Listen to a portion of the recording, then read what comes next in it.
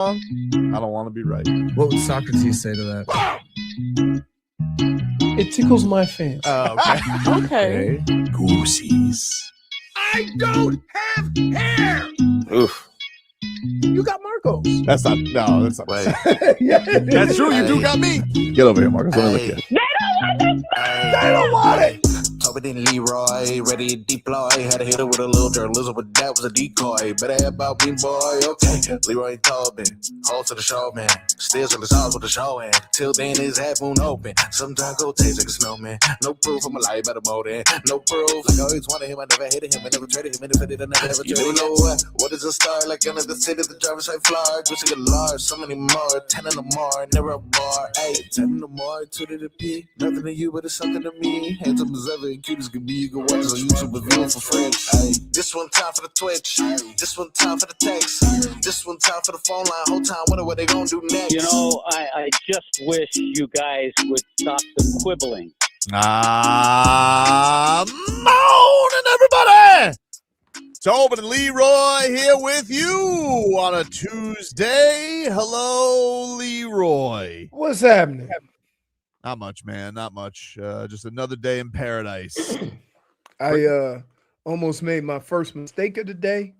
Mm. I thought Rebecca's thing was at the Adrian R. Center. It's at the James L. Knight Center. Wait, the graduation? No, the Silver That's where Knight. I graduated. That's where I graduated college, James L. Knight Center. Silver Knight thing. Are they near each other? They're not far from. Well, here's the thing. Oh, Distance-wise, oh boy. no, they're probably 2 miles, if that, apart. It's how to get Miami. there downtown. Like the idea to get from where the Arch Center is, which is right before the overpass of downtown, to past Bayside and a little bit over, you might as well be going you might as well be driving to Boca. Like that's probably the drive you could be looking for at certain points. So do I take the same route that we discussed? No. If you're gonna take if you're going to the James L. Knight Center, use the highway because there's highway exits to the James L. Knight Center, like right there. Okay.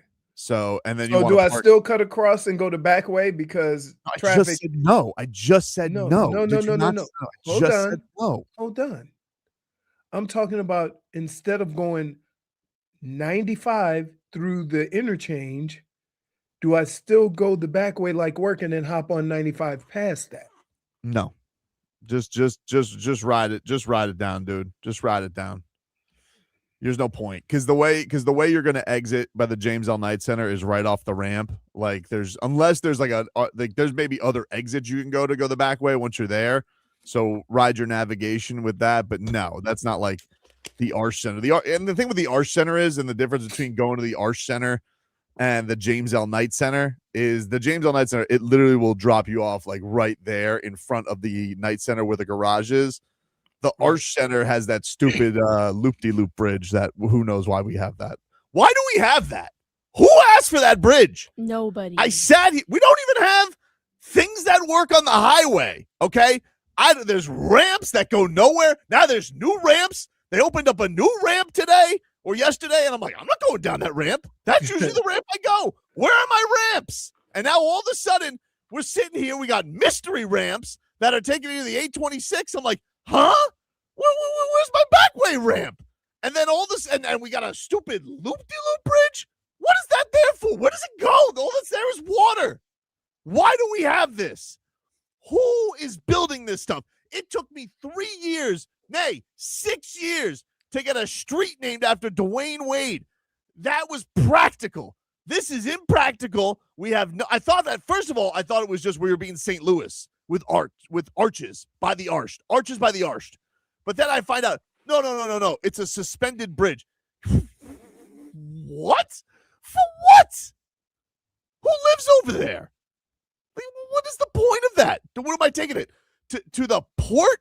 Am I going to visit sharks in the water? Why is it there? But it's not even for the port because for the port has a tunnel. It does, which I don't like tunnels. They're very scary. Although that is my secret entrance into the Heat games. You do the old boomerang. Though the cops have kind of taken that away too. You guys take away all the fun of driving in Miami. You know that? Here's the thing that I loved about this city is you used to be able to do slightly illegal things, but to get to where you needed to go. And now they're blocking that off. And so now we're all just a bunch of stuck idiots. You realize that? We're not getting anywhere any faster. They're just making more obstacles. Yep. Which makes it more dangerous. All I know is that every time I go down to a Heat game, I get the stupid slowest train in the history of trains. The timing couldn't be worse. Stunt Steve says, I think it's supposed to be a fountain. A fountain? Why do I want a bridge fountain? That's It's even slippery. Worse. That's even worse. Let me look at this straight. We're like 3 seconds away from being underwater as it is, okay? Why do I want more water on a bridge? I don't need it. You want to know what we call a fountain bridge? August. How stupid is that? Who made that decision? Oh, boy. I don't Hopefully know. I think we ought to check the relationships between the people that are building it and the people that voted for it. Hopefully it wasn't Mayor Suarez. Sorry, buddy. Thanks for doing the street. Finally. Took you long enough. Anyway, headlines. Those are brought to you by Doral Kia. You always pay less with your price seat at Doral Kia. Visit us at Doral Kia or DoralKia.com. My MLB says Tobin had money on the Lakers last night. I did not. I would never bet against the Thunder. That's a fool's proposition, my friend. But they did lose. The Lakers were swept. That is over. I was like, I was hanging on for. I'm getting old, man. I'm hanging on for dear life. You mean this is 40? I'm hanging on for dear life. You just give in. Do like I do. I just feel like such a loser, though. Like Leroy, this happened to me in UFC. I mean, and I can't even excuse that the fights were bad. The fights were good, especially the co-main event. That had me up, and then I just get to the 5th round, and I'm like barely hanging on with a crusty eye to watch the I didn't even watch the final decision because I knew Strickland was going to win. But as soon as the final horn hit, I'm out. And then last night, I'm like, I remember watching the start of the 4th quarter because it was a close game. Lakers were leading, I think. And then I woke up and I was like, oh no, the Lakers are trailing. And there was like 90 seconds left. And I watched Austin Reeves. I mean, that guy's lost a lot of money this playoffs. I haven't seen somebody lose this much money in the playoffs since Mario Chalmers. Oh my God. Remember Mario Chalmers in the 14 finals? Woo! Woo! Is he frozen? He's got to be frozen, right? He's not trolling me. He's definitely No, I think he's definitely frozen. He's not even blinking. I haven't seen anybody lose this much money in a playoff since Mario Chalmers in the 14 finals. You back? What the hell happened? I don't know. I don't know. Well, I'm sorry I got to do this to you. If I could have my buttons up there, Brittany, but I got to hit it with it. It wasn't me. -1 for technological snafu. Here's the thing, though, dude. When we have 3 screens up and only one is frozen, that's on you. I didn't do it. What? I didn't do You it. did not do, I you didn't do do anything. You didn't exactly. You didn't do anything. I fixed it. Did you? Yeah, I changed. No, you didn't. I changed Wi-Fi's. Steve's saying that it was the same mayor who brought COVID to our studio. He would look like he wants a fountain bridge, respectfully, to Mayor Suarez. Like if somebody was say, like if there was a mayor. Hey, how like, scary was that? who wants a fountain bridge? Oh, The dude, second he left, they go Mayor Suarez has Amber COVID. and Zazzle We're like, so mad at us. Oh my gosh, that's They terrifying. were so mad at us because he had just and this was the great thing about it back in the day with COVID. This was nobody knew how COVID spread, right? They were all Right. like, "Oh, we're lathering ourselves in hand sanitizer," and so the way that it worked was he had just interacted, like he was with like the Brazilian ambassador or something for some dinner with the president, or maybe he was just here locally. I don't recall, but it was some Brazilian ambassador who had tested positive for COVID, and sure as bleep, like a couple days later, he's in with us, and he had one of the very first famous cases of COVID. Like we all remember the most famous COVID cases were Rudy Gobert, okay, giving everybody COVID, Tom Hanks and his wife getting COVID, and then Mayor Suarez was like the first political leader I really remember getting COVID in America, and he was doing these because they were like banished you, and I remember for like 2 weeks he was doing vlogs of like day 3, sitting here, isolated, alone. Meanwhile, we're looking at each other going, hey, We Is were he the even last mayor people he anymore? saw. I think he's always the mayor. Nope, that's not how it works. I think he's always the mayor. I think he gets to be mayor forever. Don't think Pretty that's sure he's how it still works. mayor. I thought he lost last election. No, I think I thought that was somebody else. Are you sure that's not the Miami-Dade mayor? No, because that's still Danielle Levine Cava. Maybe he is done being. Well, he was going to run for president at one point. He was kind of testing the waters on that. So I don't know if he's still the mayor. Maybe you know what? It probably I don't know if it is like presidential terms, and you're only allowed to do it twice. It probably is, time up for it. But Fountain Bridge. Who the hell needs that? Fountain Bridge. Yeah, no, she's not the mayor. Who's not the mayor? He's not the mayor? No, yeah, he's not the mayor. When did he stop being mayor? In December of 2025. Oh, how about that? Okay, well, former mayor. 2 terms. 2 terms. Okay. Oh, Dade South says no. Francois is no longer mayor as of May 2020. So she just got sworn in. He reached his term limits. She was sworn in on December 18, 2025. Okay, cool.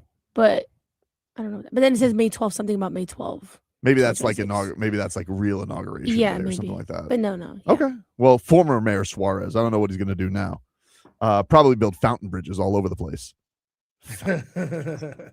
Crazy. Hey, I think down south in South Florida, we shouldn't be building anything associated with water unless it's to get water, to get water off land. Because if you get a heavy rain, it floods everywhere.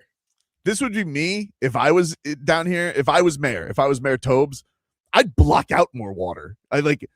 You have a strong storm and you need basically a pontoon boat to get around downtown. When was it we went down there and we had to avoid when we went down for the Kaseya Center tour when oh yeah, it just rained. It was like Selena had us there for the Heats tour, and we left there, and dude, it was crazy. Brittany, it rained for 15 minutes, and thank God we took Leroy's SUV. If we would have taken my car, we would have been cooked. But he's frozen again. Yeah, I know. It's not his fault though. It's not his fault. It's people's fault. For technological snafu. No, yeah, if you would have taken your car, you would have been swimming. He always has the greatest freeze frames though. Like, look at him. They're always so good. He's like, prospects. What's going on with his Wi-Fi in that neighborhood lately? I know he has been having Wi-Fi issues. I feel like. Yeah, this is that's great. Dade South, is that when Leroy shamed foreign press? It wasn't foreign press. It was just a Swedish guy who Dade South. It wasn't press. We were the press, but these were just run-of-the-mill Heat fans. People just trying to have a good time. And he was just like, you thought those shorts were a good idea? He said that to somebody? Oh, he said it to us, but here's the thing. Have you ever been in the Heat's practice gym before? No. Okay, so if you ever been in a basketball gym, like a high school gymnasium, you've heard it. If you've ever been there alone with your friends walking through, it echoes, Brittany. Yeah. The Heat is no different. It's got high ceilings that bounce off, so they keep the circulation there. And he's just saying to us, but he thinks he's saying it like a whisper, but he says it very loudly. He thought those shorts were a good idea? No, that is not true. I whispered. That is what you said, dude. No, I whispered. I said, hey. You did it. You did not. First of all, you're almost incapable of whispering. No, literally. I could totally see you saying that far too loud for everyone to hear. Wow. With friends like you and J-Fig, well, I mean, that was the circle of trust. Anyway, Texter 561 says, "Oh, stop with politics." When did we talk politics? These are literal facts. One person is the mayor, and then he's not the mayor anymore. And we thought we all got COVID. Don't get your undies in a bunch, dude. Crazy. Anyway, last night, the Lakers got swept. LeBron, we'll see where he goes next. The Cavaliers. Can I just say something? Any person on this planet who wouldn't have Donovan Mitchell on their franchise and kiss the ground, you're high as a kite, Yogi. He is incredible. I would take Donovan Mitchell. I mean, he's so good. I might trade Sonny Bunny for him. He's that good. Yesterday, what? Is that too strong? Yes, your poor dog. It was a good run. Oh my She's god. a great dog. Cavaliers are getting a great dog. But this guy yesterday, 39 points in the second half. 39 points in the second. When's the last time the Heat had somebody score 39 a game? Was it Jimmy? Like in a No. playoff game? Oh, in a That playoff game. I was in a going to say playoff Bam. No, obviously Bam did it, but I'm saying like when's the last time it had? I mean, that was such a great performance by him. And my God, this Jalen Duren. Whew, welcome to the playoffs, young man. He's got a little bit of Ayton in him. Yeah, I mean, dude, Cade Cunningham had a beautiful pass right in his mitts, and he had the old butterfingers. I don't understand it. These guys are like, what is it with the squeaky cheeks with the Giants in the playoffs? Can I tell you, and I've learned this playing football. Just because you play a sport doesn't mean you possess all the skills at an elite level. I know a bunch of wide receivers that play wide receiver for a long time that really can't catch. DK Metcalf can't catch. People don't realize it, but, Right, he plays receiver. So a lot of times with these bigs, they are very awkward at like athletic catches or catching athletic passes, or you very rarely have like throwing Durham an alley-oop or a bounce pass inside or a quick pass. Like these are things that we just assume that he can do, but a lot of times guys can't react like that. And so it's a weird thing that we just assume, oh, he's a center, he should be able to do those. That's what centers do. And everybody can't catch. Yeah, he's putting up a lot. Joel that played for the Heat. Joel Anthony? Yeah.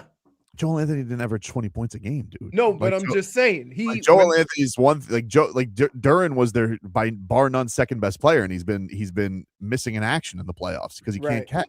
Right. I can't explain it. My dear friend. People were talking like people compare Jalen Duren to Bam a lot, and then because Really? you know he models his game after Bam a lot, right? Bam had some stinkers like in 22, but even Bam's first playoffs when they were in the bubble, Bam had some good games, dude. I mean, Right. Bam was cooking the mother bleeping Celtics. Remember when they called him versus Daniel Tice a wash? Yeah, washed right out of the playoffs, idiots. Wise. But yeah, that's crazy, dude. But Yeah. Spider was incredible yesterday. Oh crap. Watching him, it just looked like he was never going to miss. And the only time he missed was to break the record on a free throw. I know. That's the craziest thing. So that series is even at 2 apiece. That could have been a 60-piece easy because he didn't do nothing in the first half. Didn't do squat, dude. Didn't do anything. They started, what did they start second half on a 23-0 run? Yeah. Jeez. Pistons. Squeaky With cheeks. a team that plays defense. Yeah. So that's that on the Lakers season. LeBron will be watching his next move on if he continues playing, where he continues playing. I hope he doesn't do that. the Aaron Rodgers. Just like sticking around. Like, do you mean that like sticking around just to stick around, or like meandering through the summer, not choosing? No, like that. Right? Like, I don't see at this point how we feel about LeBron and what he could contribute is much different than what we think of Aaron Rodgers. Right? And so he's won a lot more than Aaron Rodgers. No, I know, but LeBron could still average 20. It's such a weird, like, I would like to get into that a little bit on him because it's such a weird last chapter of his career, the Lakers, because I mean, he was with the Lakers for 8 years and it doesn't feel like that to me. Right. Because he didn't, like, it was, in a lot of ways, it was the most insignificant part of his career. Because he really didn't have a ton of chances at winning the title. Even right. Though, like, the thing is that everywhere else he went, he had 2 or 3 years of consistency where they just build to a certain point, right? With the Heat, he had that consistency of 4 years with the same guys, and you move small pieces around the outside. He's never had that with the Lakers. Every year, it's like drastic changes with, this guy playing more, a trade here, let's get this guy in the offseason. There's really been no consistency. And then you get guys thinking they could do something, and you get DeAndre Ayton. A part of it is that's part of him too. Like he's probably put on his GM hat more than he ever had with the Lakers. And he had some real stinkers in there with some of the choices that he wanted the franchise to make. It's such a strange thing. Quickly give you a weather update brought to you by Tornado Roofing and Contracting, helping homeowners stay safe this storm season. Visit tornadoroofing.com for a free roof and window estimate. Currently 85 degrees in Miami. Whew. Mostly cloudy, high of 89, and going to be kind of cloudy all day. There you go. 10:20 is already 85 degrees. Yeah, dude, soupy. We will get a little rain tonight down here, so pack a parka. I don't know, dude. We'll take a break. More to come. We're back after this. WQAM broadcast.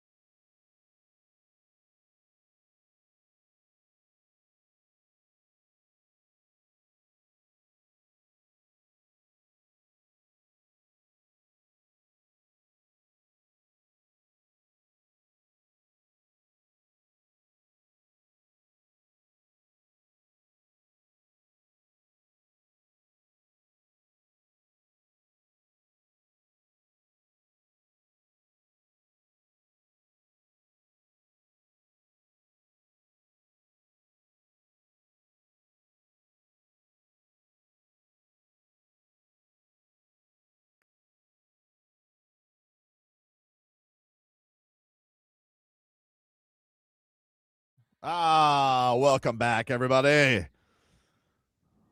Brad Paisley is coming to the FTL War Memorial Auditorium in Fort Lauderdale in September. And we want to send you there. Just be listening at 1:20 p.m. today for your chance to win. This is a Live Nation show for all the Brad Paisley fans out there.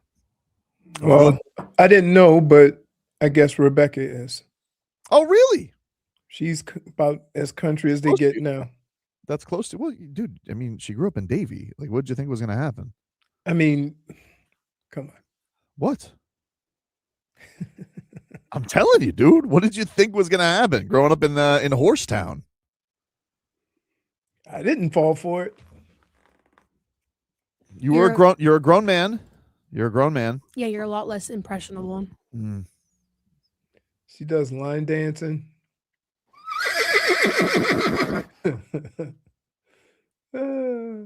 You haven't lived until you had to slow down because 4 horses are crossing the street.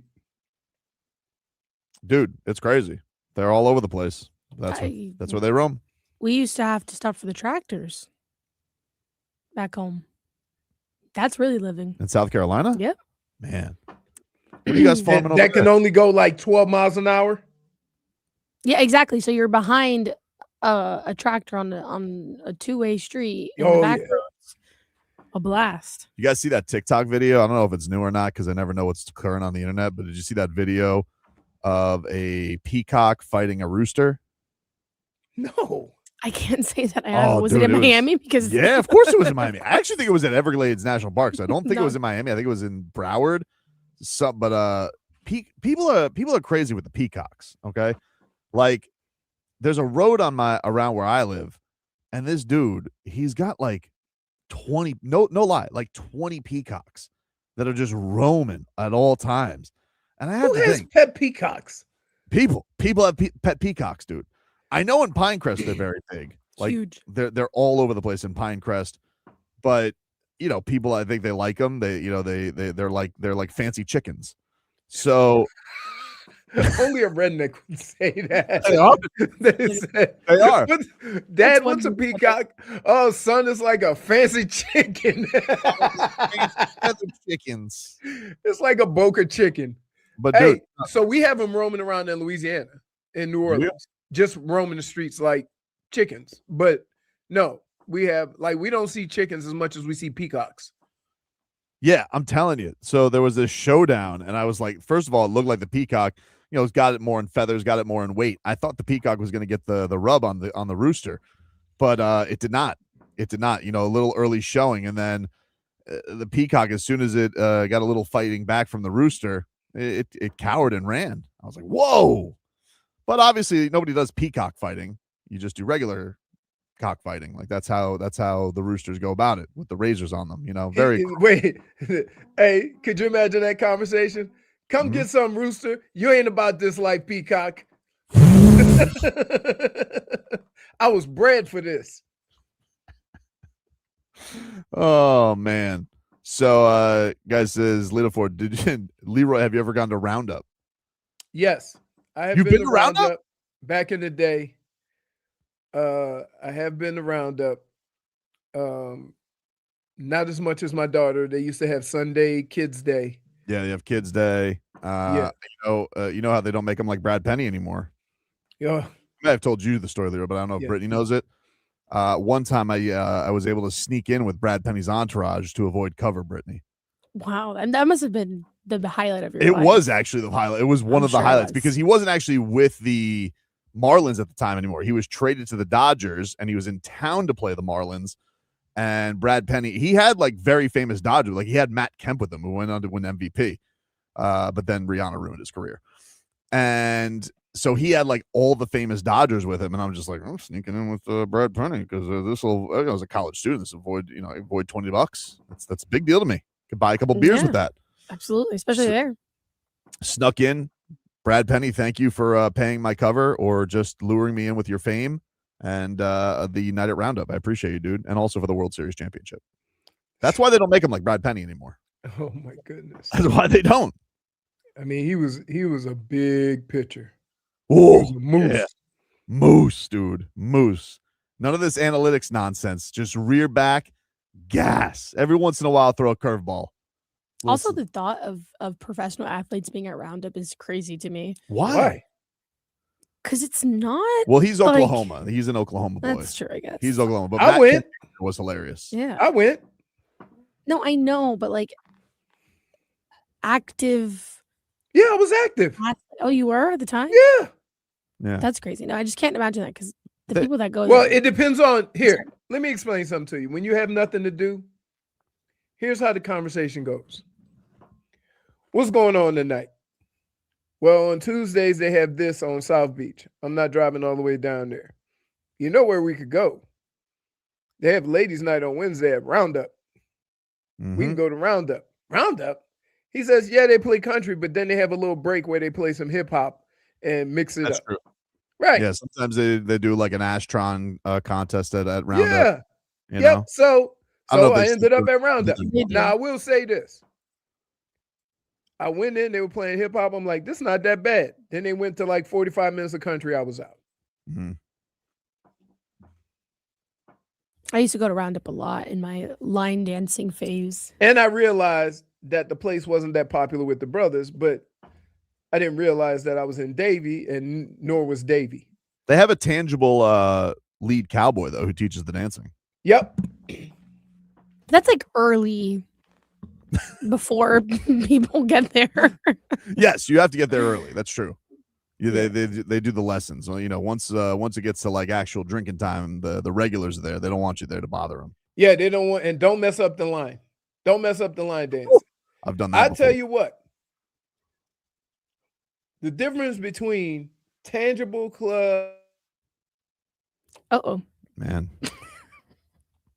you got that Davey internet right now. Intangible club, intangible club. There's a lot of like just uniform dancing where it don't matter what the song is, you just do your dance. Yep. Right. Whereas tangibles, we just dance to the music. Dade South says you got the bootleg scoot boogie. Great play. Never executed. We'll take a break. There was a boot, scoot, and boogie, and that's the quarterback and the coach are no longer with us. They scooted, all right. They got the boot. Yep. We'll take a break. More to come. We're back after this.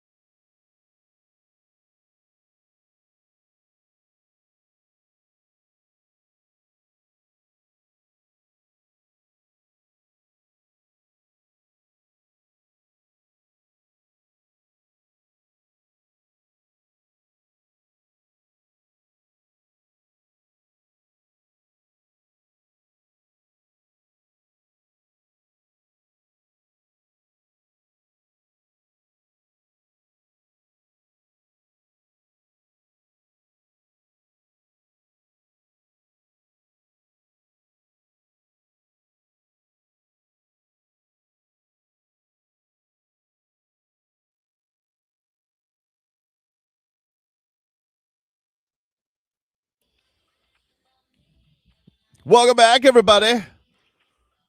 Tobin and Leroy here with you on FM 104.3 WQAM.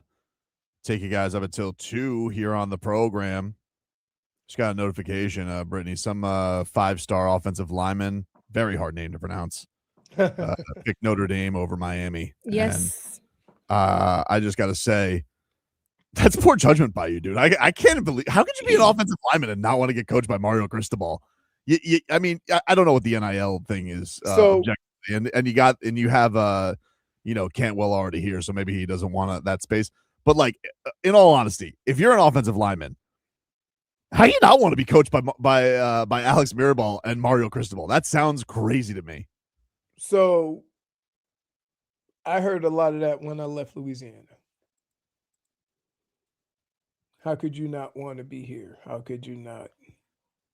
And you just deal with it. Well, that's a hometown thing. That's not a. I'm talking about just genuine. If you're gonna go somewhere to get coached, but you're assuming going to the Pop-Tart Bowl guy, the guy who refused to go to the Pop-Tart Bowl. But here's the thing.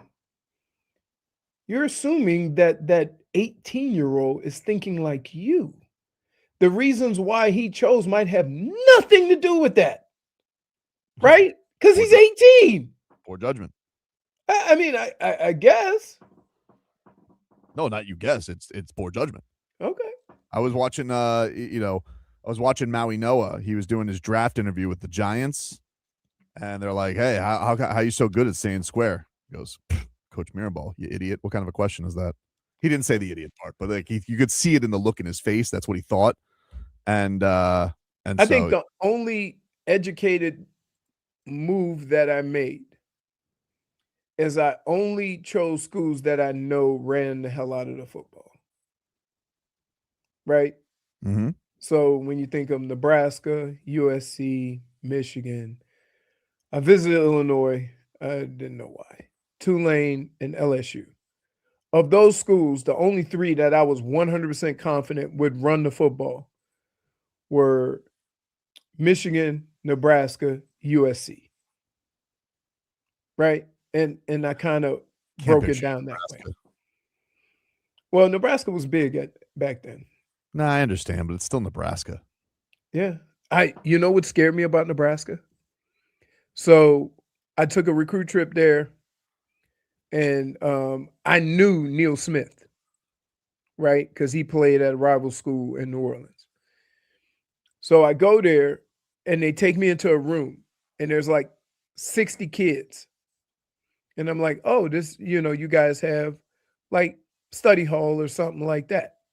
And the guy goes, no, these are all our freshmen. I was like, yikes. Whew. Wow. The good news though, and the only reason I like this one is because that Kirby Smart was a real jerk to Mario Cristobal. He thought he was cute at his little roast where he's like, you gotta watch out for Mario Cristobal, steal your players. Well, the Canes got a 5-star cornerback, Dante Wright from Long Beach Poly. He flipped from Georgia to Miami this weekend. So Mario Cristobal should just send him a Who's laughing now, jokey jokester? I think Miami, quarterback permitting, is going to go on like a 4 or 5 year run where they're going to be in the hunt for a championship every year. Yeah, they feel like a monster right now. And I say, depending on the quarterback. Well, that's the thing, right? Is like they've also become that. We'll see what happens with Mensa, but everybody's raving about him early on, obviously. But that's the thing is like they've found this sweet spot of, hey, even if they don't have the guy, they are probably the primo number 1 of plug and play. Like everybody's talking. Even we know what Cam Ward said. Carson Beck, I was listening to an interview with him this morning, just talking about how much of a big step this year was for him. So it's impossible not to feel like they have that figured out too. Now, but you're gonna at some point you're gonna have to have that guy that comes in. Maybe you're probably right, but I don't know. Like to say you're gonna go on a run of 4 or 5 years and always get the quarterback, it is playing with fire. Well, it's happened now 3 times This is the third time in 3 consecutive years.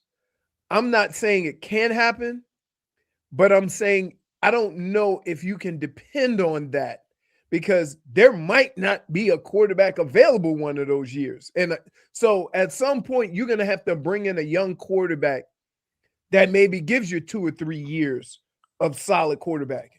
Well, I think they're in a good position right now with Mensa because he can also play after this season. He still has 1 year of if he wants to. eligibility. If he has a year like the last 2 guys, there's no way.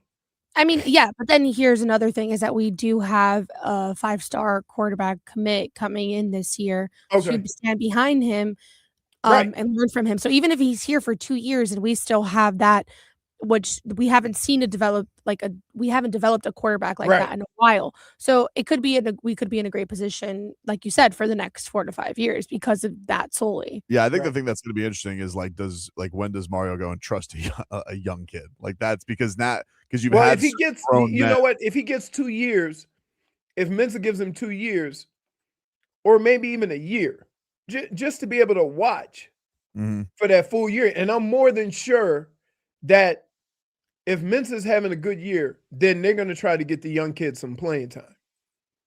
And so going in the next year, you're going to feel a little more comfortable about not necessarily how good he can be. That's not the point here. The point is, what can he and can't he do? And then you can kind of design things around that. Whereas the last 3 years, you've been able to just continue doing the same things. Yeah, you can never predict because, look, quarterbacks, it's so squirrely because guys can have a year that they look like they're going to be the guy. Oh yeah, look at all these quarterbacks from last year, not 2 years ago, that was supposed to be top 5 picks and ended up going in the 5th round. Yeah, and then it's it could either make you or break you with 1 year, all of a sudden. So it's an interesting one, but man, he's got a wagon going right now. He is. I think he's done it to where they have a consistent flow of trench guys, and that's the way he wanted to start it. He wanted to build from the trenches out. He's got weapons on the outside. Sometimes they brought in cornerbacks to shore up the defense a little bit more. I would only say that the 2 guys that you have to replace in Mesidor and Bain were that's huge. So to see, I'm interested to see not if they have guys with the same production, but guys with the same energy, with the same, so that your defense can continue down the path of aggression that they played with last year up front. Yeah, that's a lot of it's a lot of the soul of your team leaving. Right. You might feel good about the talent, but is the mindset there? Right. Is there anybody else who's going to hopefully when guys leave, they left an impression on how it is to be done at your school. And so when young guys come in, now the coaching staff and everybody can say, listen, you've seen how it's done. Date's House says somebody was asking if the Dolphins should draft Sorsby in the supplemental draft. Yeah, I saw that. He's the guy who the Canes were going to go after him. They actually dodged a bullet with that one because he entered Gamblers Anonymous or Gambler Rehab. Oh, the quarterback? The Texas Tech quarterback, yeah. And so now he may lose all eligibility because apparently, what team was he on? Was he on Indiana? Who was he on that he was betting on games? Not to lose, he was betting because he was hurt. It was almost a who's the wide receiver for the Falcons? Then he ended up on the Jags. Oh, I know you're talking about. Yeah, he got suspended because he was betting when he was injured. So that's what happened with this kid. He was betting, and so he had to go to Gamblers Anonymous. But now he may lose his eligibility, and he may have to go into the supplemental draft. So I don't know. I got a feeling that the Dolphins. I think that they like what they have in Malik. Calvin Ridley. Thank you, chatters. Appreciate that. So I don't know. That's going to be an interesting one. They feel really pot committed to Malik Willis. But, yeah, if you feel like it's a good prospect, I mean, they have to get creative, that's for sure. Again, it's kind of one of those things where if it's available and you believe in it, then it's worth the risk. And when they say, hey, we're going to draft a quarterback every year, I appreciate the fact that they didn't draft one just to draft one, right? Like it has to fit. They have to see something they like. So if they like something and it's worth the risk, then sure, they'll do it. If not, then there's a lot of talent coming out next year's draft. That's what they say. We'll take a break here on the program. More to come. We're back after this.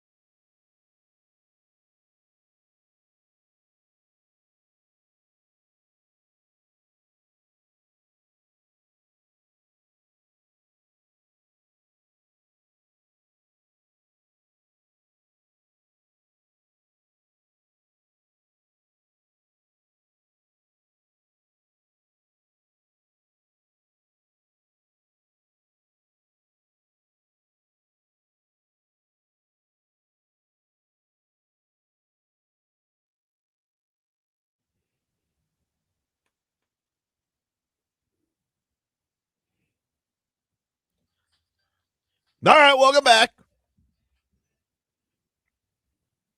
Tobin and Leroy here with you on FM 104.3 WQAM. Leroy, can we get a weather update brought to us by our friends over at Tornado Roofing and Contracting, helping you keep your home and family safe when the storm rolls in? Visit tornadoroofing.com for your free roof and window estimate. Leroy? Yes, sir. Let me head over. Head on over to the Windowplex. As Tobin told you earlier, at 10:30, it's 85 degrees. If it's that hot this early, it's going to be hot as hell today. It is mostly cloudy. With a breeze, I would say around 5-10 miles an hour. Coming out of it almost looks like southeast. And I would say it looks like there's a chance of rain, and I hope it does rain because I'm tired of getting snow on my car from the Everglades. So, have they controlled any of that yet? I don't know. I mean, it's weird that they have all that fire and all that water. Well, it's the dry. Yeah, it's the dry. Yeah, but there's still water. Like, all right, dude, you're not a scientist. I'm not going to do this. Neither are you. I'm much better than you. No. Oh, get out of here, dude. Oh, look who's up there right now. It's the guru and architect of the Dolphins build, Troy Aikman. Wow. Hey, Greeny, why are you asking about the Cowboys, dude? Who gives a rat's ass? They didn't want him. Sully, he found him. Why don't you talk about that? Jet up.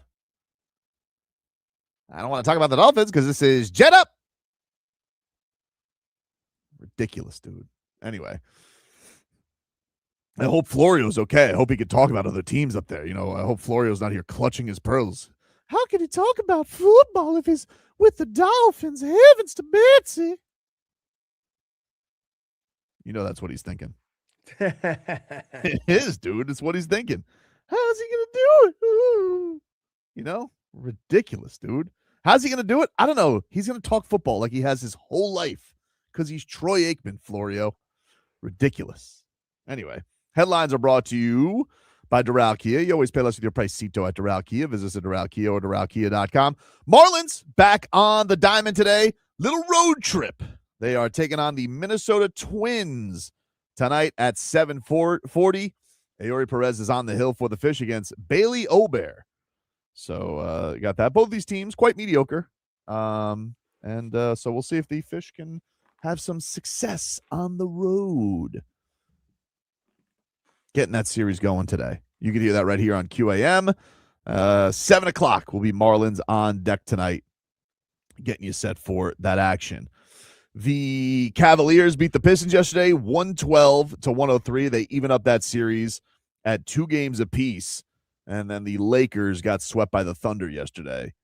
So, you know, it's over for them. And Podcast Boy, you know, he was up there podcasting after the game. And here's what JJ Redick had to say about his season ending. JJ, what was it about this game and that moment that makes you so emotional, and about playing this game makes people so emotional when you lose a series like this? Yeah. I told the team this. This is my 17th year being part of an NBA team, and I've always looked at every team I've been a part of, every team I've been on, as a living organism. And I've maybe talked about this before. And during the course of a season, sometimes that organism is healthy and thriving, and sometimes that organism can get the flu, and sometimes that organism can get really sick. Oh, you got the flu all right, dude. And we experienced all of that this year. When the season ends, that organism is dead. And that organism will never live again. I mean, bring up the free agent thing. Sometimes you might have 1 or 2 of those guys, and we have half our team. Oh my God! I'm like I'm a little white kid from the sticks in Virginia, and I get to do this. That's why it's emotional, because I care more than. I mean, I hate to say this about my family, but I care as much about this as anything. Wow. I love my wife and kids, but it is. That's why. It's just I didn't want our season to end. I wanted to keep this thing going. I enjoyed every bit of this year. Wow. How about that podcast boy just up there having a podcast after the game, you know? Well, be careful, JJ Redick's family, because, you know, he also really cared about podcasting, and then he dropped it like a bad habit to go coach. -1 for rambling. He did. For propaganda. It is the hardest interviews to have, right? A lot of times you try not to admit that you're miserable and depressed because you failed. But that's what it is. Schmeathan says, surprised he didn't do a read for dude wipes during the ramble. And now, before we get to our next question, MeUndies. MeUndies. How do you like that guy, Brittany? I really do like him. Why, dude? I don't understand. I really enjoyed his podcasting. He sat there yesterday, and at the end of the game, by the way, he takes out Rui Hachimura, who hasn't missed a three-pointer all playoffs, and he puts in Maxi Kleber for when they need a three. Made no sense. It's a living organism, and I'm a scientist. You know, they call me the next Pat Riley. That's what they say. I mean, but is he wrong? He didn't say anything wrong. Listen, if you want to be a coach, if you want to be a guy who's going to say cool things, you listen to Pat Riley. All right. Unless somebody gave me 8 picks and Mumbai.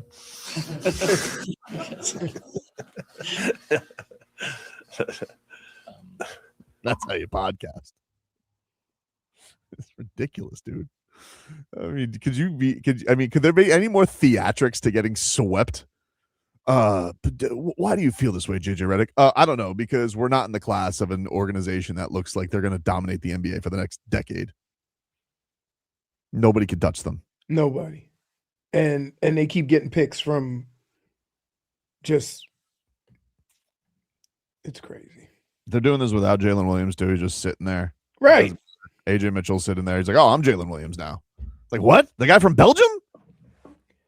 I think that is probably the craziest thing, is that when you watch OKC, you start thinking, in the next 2 or 3 years, they're only going to get better, either with health or additions, because they have assets to go get who they want.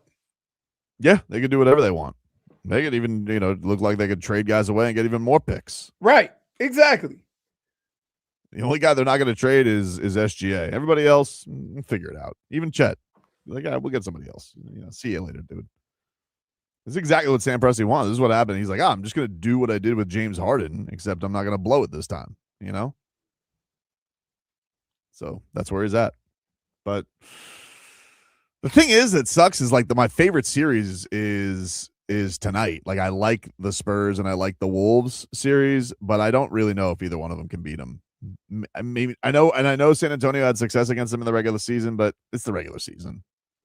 I mean, like, yeah, you can say it's the regular season, but it's not nothing. It's not nothing. I agree. It's not nothing. I just think that the way OKC plays, there's another level, right, that they have gone to, paying attention to details and during the course of a game, and they don't panic and whatever, that I don't know if San Antonio has, because they've already shown you, and Wemby's already shown you, he can get frustrated. And once you show that you can get frustrated, now everybody's going to try to frustrate you. It's sports. Right. It's sports. If you find out something that another player doesn't like, you're going to just do it to annoy him, so he thinks about that. That's why usually running backs are very mellow, very calm during the course of a game, because you don't want to let the other team know that they're getting to you. Did you see Dylan Brooks yesterday sat under the basket just to troll LeBron? I respect the petty. You respect the petty. You respect everybody's petty but mine. Yours harmed us. It's not, there's no harm anymore. Their season's over. if Dylan Brooks was cheering for a team that would have knocked the Suns out of the playoffs, if he would prefer LeBron being out of the playoffs to lose, and it still would have knocked the Suns out of the playoffs. That's what you were doing. You have self-harm, Petty. I need to rein you in a little bit. Rod Power says Dylan Brooks is a me first guy. I would agree. He's very look at me. Got 3 questions in this Troy Aikman. They want to ask him about the Dolphins, huh? Just shows you the greed of this jet up. Just always jet upping. They're talking about the Giants? Yeah, who cares? Or is that the Bills? You know? No, Giants. Ridiculous, dude. All right, we'll take a break here on the program. More to come. Back after this.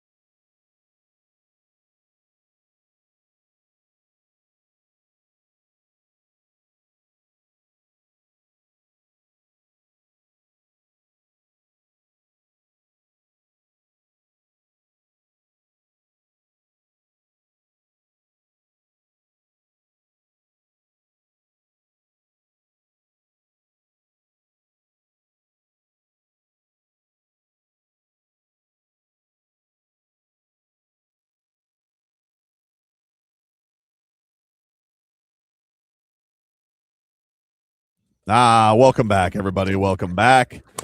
Tobin and Leroy here with you on FM 104.3 WQAM. Take you guys up until 2 here on the program. Miami Dolphins, they signed a fullback yesterday. DJ Herman. He played for San Diego State. He was teammates with their first-round pick, Chris Johnson. So, I got to tell you, a lot of saying, like, we out west, huh? And we're in Texas. Well, we're in Texas, dude. No, Yeah. we are in Texas. There's no doubt about that. We were all over Texas. Multiple Texas guys, multiple Texas Tech guys, all over the place. But now we're I don't know. Maybe that's a theme. Maybe he's like, yeah, I kind of like how that program is working. And he's like, yeah, what do you got? You got anything else over there? He goes, got a linebacker. He could be a fullback. All right, let's bring him on in. A little intangibles tryout. You know the intangibles love a tryout. They do. They do. Yeah, intangibles love it. Man, his internet stinks No, today. it's really bad today. It's tough today, man. Did he do the reboot? I don't know. I told him to, but his internet stinks today. But yeah, the intangibles love a tryout. So DJ Herman, welcome to the Miami Dolphins. New Alec Ingold. As long as they don't try deep shots to him, I'm good. As long as they don't try and as long as they don't go on 3rd and 1, instead of giving it to the intangibles to try and plow through the line, they don't try that deep those deep route nonsenses that Mike McDaniel loved. I'm already good with DJ Herman. Go that route again. Yeah, his internet stinks today. What's up with that? That's weird. It hasn't happened in a while. No, we haven't had internet issues with old Leroy in a while. But he is he's frozen like crazy today. Dude's like Elsa. I think I should give you a -1 for that. Why? That was a good joke. It was very, -1. It was very -1. dad joke. What are you talking about, It dude? was a dad joke. That's ridiculous. What? For a dad joke. I am a dad. It's true. If you have a daughter, you've probably sang most of those songs with your daughter. Oh my God, that was my daughter's first Disney movie. She's like, we were 2, 3. We had just left Disney. We got the DVD at Disney, and we watched it on my computer. That's where I played the DVDs. And I loved it. I was like, oh man, that's adorable. Are we excited for Grogu and Mandalorian? Oh hell yeah, absolutely. I don't know if I even watched the last season though. To be honest with you, I think I got to catch up on it. Here's what annoys me about series. The time from the first series to the second series, sometimes you lose interest. That happened with me with The Mandalorian. That I was into it, and then it was kind of a shaky ending to one season, and then I lost interest, and I don't even know if I saw the last season. Yeah, I don't think I did either. It almost the only reason why it didn't happen with Game of Thrones because I watched it all during COVID. Yes. SDI, our San Diego insider, says, well-coached team, that SDSU. All right. Well, I'm happy about that. Makes me look. Obviously, he's got something that he likes. I saw that Chris Johnson was super excited about it on it to get his teammate there. Yeah. And then, we'll see what he can do. But as I was saying before you froze out, Leroy, the intangibles, they love a tryout. They love training camp to go try hard. Dude, can I just tell you, like, I remember my rookie year going to like the first little camp or whatever, because you can go to camp, you can go to mini camp, and then you can work out. But then once camp starts, if you're not signed, you don't go. Mm. And there's a lot of people there. You can have a lot more people. And guys would be in and out even during the summer. Like if a guy becomes available, they'll cut a guy and bring him in even during the summer. And I remember one time a veteran coming in and saying, I can't get no work done. I can't work out here. Too many people. Man, really? Yeah. So, I wonder how tough that is as a teammate, because especially I think to last year with Cam Ward and Xavier Restrepo, and be like, you are the franchise guy. Like that was your number one guy in college. Right. But now he's hanging on for dear life. That's got to be such a strange experience, even though I don't think it's anything personal. I'm not saying right. No, I know. Restrepo's vouching, but I gotta imagine that's weird from a situation? Because did you play? You play with Everett, but like, was he going to make the roster regardless? No, he was the first round pick. Yeah, okay. Everett, and I played with Derek Alexander, who Did was you a have wide any receiver, secret- first round pick. The one guy that came in from Michigan was Ricky Powers. And I don't even know if I'm trying to think, did he make the team or was he on practice squad? But yeah, it was that. But I think he was the running back after I left. What I would say is this. When you go to the next level, you realize the different levels of it, right? And so where he's thinking Restrepo, he's looking at some of the other receivers going, okay, right? And you realize that there's different levels to it. I would always root, imagine bringing a guy in that plays your position, right? From your school. And so you have to have a level of security that you're going to do your work and you're going to be the best you can and not worry about who's either coming or who they're signing. And I think that's kind of you learn that as you go on. Like, even if they draft a rookie in the first round at your position, you have to be secure in what you're doing, that doesn't affect you at all. So I remember my second year, I think I was an alternate to the pro. I had like a bunch of catches and a bunch of touchdowns, but receiving, not rushing. The following year, I got hurt and I limped through the whole year. So that season, they drafted Tommy Vardell, right? And I was like, wow, thanks. It's like, in one way you're thinking, I'm going to do what I got to do. But in the other way, you're thinking, well, the team doesn't believe that you could do it. Yeah, right? for sure. It's got to be weird. So then that year I ended up going to the Pro Bowl. So you have to have a level of confidence while understanding the team aspect of it. So I don't think anybody went out of their way to try to make Tommy fail. You want him to be successful because it'll make your team better. But at the same time, we all knew. It's kind of like the Dolphins. I got to imagine Brooks and Terrell Dotson got to be feeling that right now with Rodriguez, right? To some extent, it's a little different when you play 3 or 4 at your position. Yeah. You see what I mean? Like, there's only one running back, right? So you can either play fullback or whatever, but when they draft, a guy in the first round and there's only one of them, right? Like, you got to think that they must not think highly of you or think you could do it because they could have used that pick for another position. And so it kind of motivates you to a certain extent, but the weird thing about it is that you don't really take it out on the player. We still all wanted Tommy to be really good. He just wasn't. Right. And so that's like to cheer for somebody that could take your job is an awkward situation that isn't really, like, I can't explain it. Like, it's teammate and you just go from there. Sexy Sauce 561 says, wasn't Ricky Powers an HBO show? That was Kenny Powers. He was the star of Eastbound and Down. There you go. -1. -1 for trying to be a smart ass. We got that one? No. Nope, just -1. I don't really have anything for that. Yeah. For sass. Yeah, you can go sass because he tried to make a funny and he was wrong. Oh man. That was I just was curious if that's like one of those things. Because it's not like I get what you're saying about the replacement thing. I'm talking more about like, you're in a good spot, but a guy who I imagine you're close with is like, this guy's got to fight for a roster spot.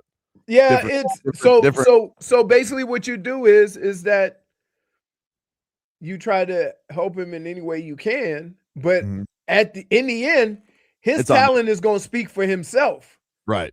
But you can kind of help him with the other stuff. Like, so when Ricky came in, I'm like, listen, I don't know how talented you are. I've watched you play. You played well in college. Here's what you need to do. You make sure, first and foremost, that you know what you're doing. That'll give you an opportunity. If you know what to do, they're going to find some value in that, right? That this guy's in his playbook. He's a professional. He knows what he's doing. Second, learn how to play special teams, right? I know Harold Morrow was a running back in college. He played like 10 plays of running back in the NFL, and he played 10, 12 years. Yeah, it'll get you a special teams guy. You got to make yourself versatile to get on that game day roster too.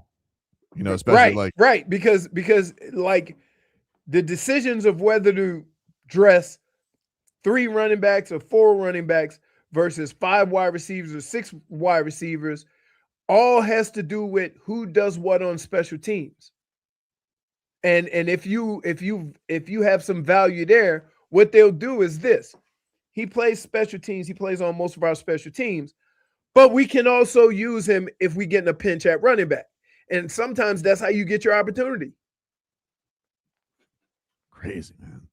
Oh, Troy Aikman finished his spot on ESPN. Now, was Florio okay? Was he able to talk about other football teams, or did he have aqua and orange pom-poms while he was doing it? Because I don't think there was one Dolphins topic broached, Brittany. Was he okay? I didn't see one. I didn't see him bust out the banjo and be like, bam, bam, bam, bam, bam, bam, bam, bam, bam, bam, bam. Like, I think he was able to answer. Was Florio okay? That's all I want to know. Was he able to give other football opinions, or was aqua and orange undies showing from Troy Aikman's pants? Why doesn't he think he could just be Troy Aikman? I don't know. I think sometimes we do things based on how they would look instead of the reality of what needs to be done or what needs to be said. Right? Like, sometimes those are the most frustrating people to deal with, is the people that always, and I give you a perfect example, Giannis. Giannis is in a bad situation, and he's only making it worse by trying to look good in a situation that's not going to end well.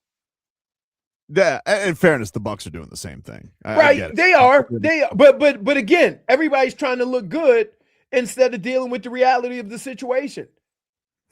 And I think sometimes when you hear people talk on TV, or you're especially athletes, they don't need any additional negativity around them, so they try to avoid all of that while looking worse in the process.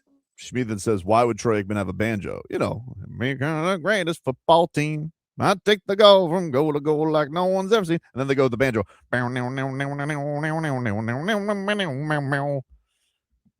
How's he able to do that? Right that's how the song goes, dude. Everybody knows that. Holy smokes. I would just say, like, and people like Troy Aikman or Tom Brady, they know how to handle themselves around those situations because they probably talked more than anybody. It's they announced that the first Monday Night Football game this year is Broncos at Chiefs, which, 2 broken quarterbacks. Yeah, obviously Troy Aikman's going to be like, I'll tell you what, Joe, neither one of these guys are Malik Willis. I would say Patrick Mahomes has a better chance of being available than Denver's quarterback. With the ankle thing? Yeah, because here, seem great. A lot of times when you have ankle surgery and it's really bad, you have surgery to secure it with screws and pins, and then you're on crutches for 2 months or in a cast for 2 months, and then you have those pins removed and screws removed, and then you start rehab. I remember, who had this? It wasn't the same sport, but you remember who it ruined was Dion Waiters. Remember Dion Waiters had that ankle injury? Right. And never was the same. Never was the same. They had all the screws put in. Now, him and the Heat reportedly, they didn't see eye to eye on the rehab. Well, because probably they wanted him here, and Maybe. he was not here. So But it's a lot harder to monitor what is needed if he's not under the care of the physicians that did the surgery. yeah, but he was never the same. Like No. the Philly cheese run. Yeah, He that was wasn't it. the same guy after that. We'll take a break. Appropriately, the damage is done, my friend. Next.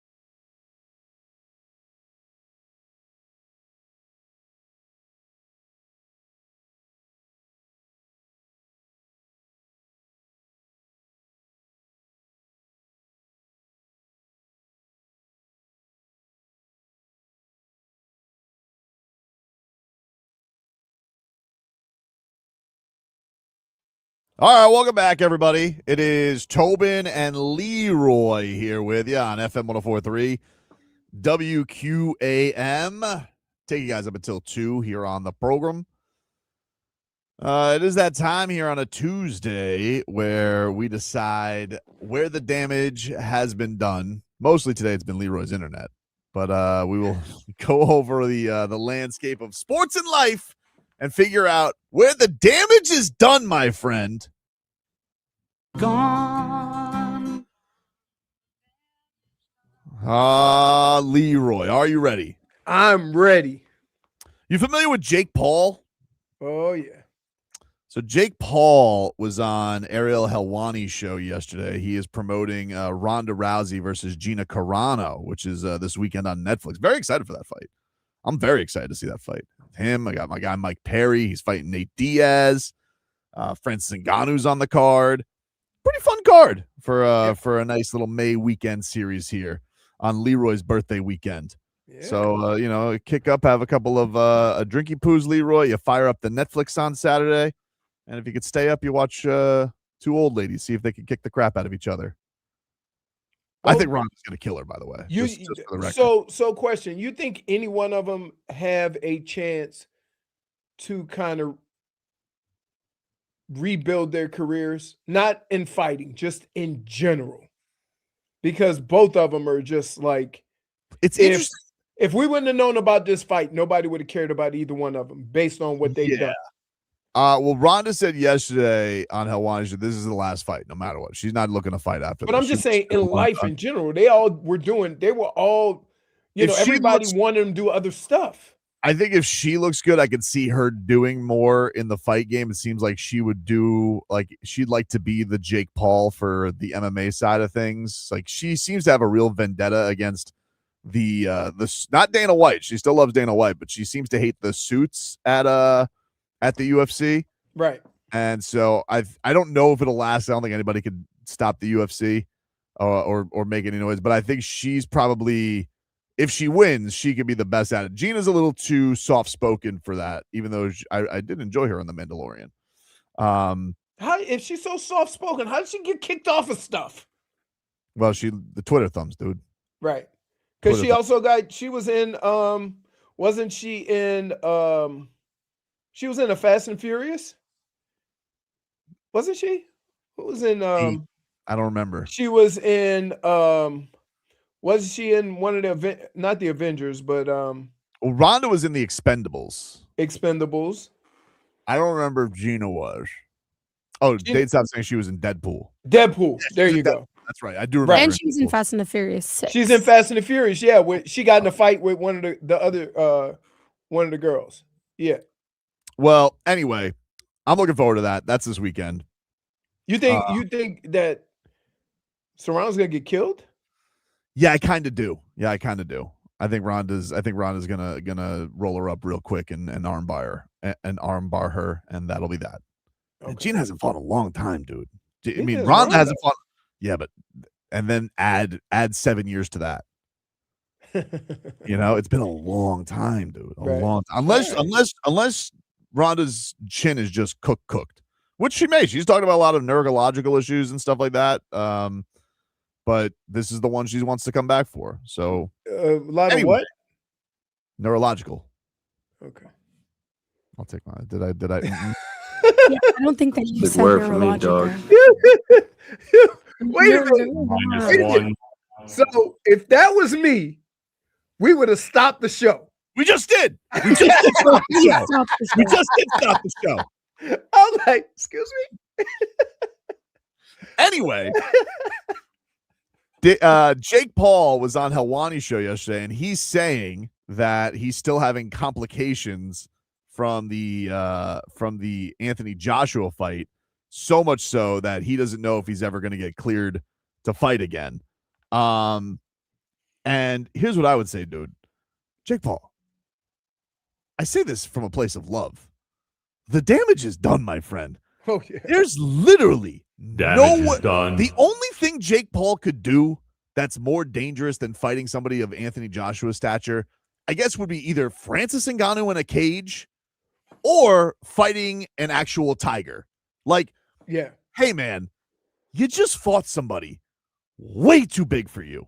And when you talk about the only thing that would have been worse is him shut your lights out. But instead, he not only broke one part of your jaw, he broke two. And you've already had to have the plates redone once. I think it's time to hang him up, dude. I think it's definitely time to hang him up. He bit off more than he could chew. And here's the crazy part. As bad as you feel for what he's going through, everybody was pretty damn excited to see him get busted. I know Jennifer was. Right? And so, like, you and it's unfortunate that there's certain people in the fight game that this is what we hope for. Right. And I would say that I feel bad that this is what's happening. But quit while you're ahead, dude. You got a hell of a life going for you. Yeah. You have really been a great advocate for the fight game and getting guys paid. And just go ahead on and just live your life. There's nothing else to do. Right. Once you go in there and you fight a former heavyweight champion and you lasted 6 rounds, even though you did some weird diving at the legs thing. Yeah, there's nothing else to do. I would hope that he's not going to fight anymore. It would seem silly. There's no other play unless he's going to fight his brother, something like that. But there's no other circus to go do. Yep. So that's my damage is done. Leroy, what do you got? So my damage is done occurred yesterday at the gym. Me and Teaspoon, I've been taking her, to the gym, doing some exercise and whatever. Okay. We do some bike and then we do some arm bike. Women don't like the lifting stuff. So I have to find other ways to get her, kind of tone or whatever. So we get in the pool, right? We get in the pool, we get the paddles, we work the paddles, we do some running in the pool or whatever. And oh my God, my daughter can't run. It's amazing. I'm like, whose kid are you? Right? It was the craziest thing. Side note, right?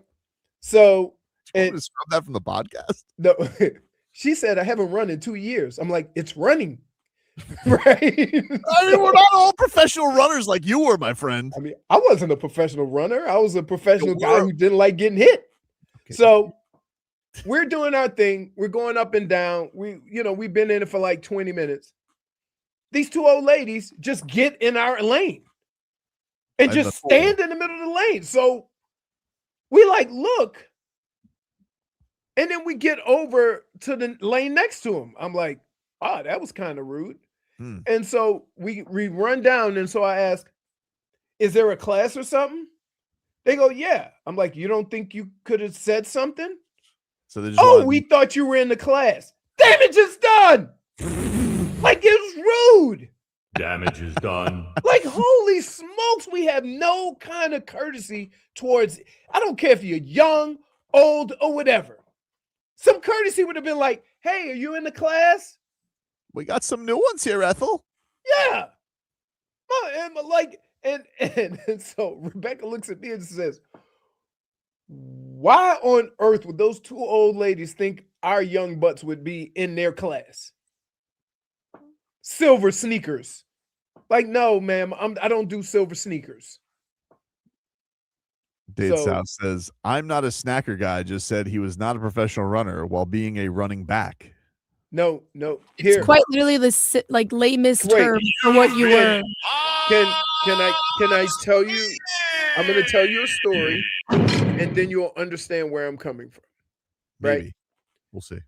So after my 7th or 8th year, I went and did like the Gatorade thing, where they put the, and then they hydrate you and whatever. And I'm running and I'm doing sprints. And after all the years of football I played, with all the stuff on my face to try to test my breathing and my energy levels and whatever, the guy stops and he goes, when you sprint, you hold your breath. Okay. So my whole life, I used to wonder why I'm so exhausted. And the fact of the matter is, whenever I sprinted, I held my breath. So no, technically, I did not know how to run. Hold on. That wasn't the argument.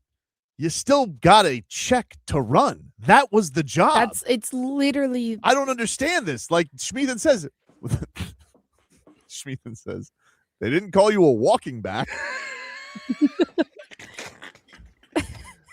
I guess we view running at like, all right. I get it. You're not Usain Bolt. No, Right. of course not. But it's like a lamest term for it. It's like that trend that was going on with the Barbies. It's like this Barbie has a mic, like talks on the microphone. Like it's you were a professional runner essentially. Yes. All right, fine. I mean, when I think of professional runner, I think of a track guy. No, of course. I don't think of a football player. Brittany, what damage is done for you? Okay, so my damage is done. It goes. So I don't know if you guys have seen this story. It broke yesterday. But offensive lineman from the Eagles, Fred Johnson. Okay. His ex-girlfriend, I guess, is what you can call her now, went on TikTok and did a video, and she was basically saying, like, hypothetically, if I, at 8 months pregnant, got kicked out of my house by my boyfriend, wouldn't you think that this person's a bad person? Proceeds to go on and say that basically he kicked her out of the house after she found out that he was on Hinge trying to, He was unhinged? No, he was on Hinge. What the hell's that? It's a dating app. Oh. Oh. He was. I thought he was mad about something. No. Is that like the new Bumble or Tinder? It's been around for a while now. It's the app that's meant to be deleted is their slogan. Oh, really? Yeah. So is it a cheating app? Like, no, Ashley it's Madison? no, it's not. It's just a dating app. Like it's actually supposed to be one of the more like better dating apps. Okay. Anyway, so she found out that he was on Hinge trying to, I guess hook up with other women. And she's 8 months pregnant with his child, and he kicked her out of the house. So the damage is done goes to him because he then proceeds to post a cryptic message on Twitter. Says the hardest flex isn't revenge. It's watching someone who tried to destroy you realize you survived without ever mentioning their name. God ain't bring me this far just to leave me. This shall pass too. Sounds like you either don't know the whole story or he's just a different level of Well, evil. I think objectively, anybody who kicks out somebody who is bearing their child is necessarily somebody that is a good person. And then to go and post about it and basically act like she came with receipts and everything. Like, you don't have any receipts. You're just posting cryptic messages on the internet. Interesting. So my damages then goes to him because who kicks out an 8-month pregnant woman out of their house? Crazy, dude. Right. Tobin's so incredibly so married. Yeah, Incredibly married. You're incredibly I married. don't know what I really do appreciate that you don't know what hinges. No, so I have never been on a dating app, so I don't know. But I will say this: I'm older, but I didn't get married until I was 40, so I was all done with that. You know what I'm saying? Of dating apps, I knew some of them. I just didn't know this one. My bad. I didn't know. I didn't like. Come on. It's only and keep in mind, when I was your age, there was no. Yeah, we're aware. There were no. What about a dating app for sports takes? But I just want to talk. Like, what if we could match on? I'm more than sure. I am James I am Is more that than not sure what you do here that anyways? a hot chick with a sports take is going to show up on your screen, and D is going to kick your ass, and you go, "We're just sharing takes." Yeah, it doesn't have to be a chick. He It could be a says it. dude too. I don't care. Which would have a whole nother It could no. no. It could be, You're it digging doesn't have yourself to a be deeper hole. If we could just match on takes and be like, hey, Yeah, do you think they make them like J-Fig Brad Paisley says anymore? that's called Twitter. That's called Twitter. She's not wrong. Yeah.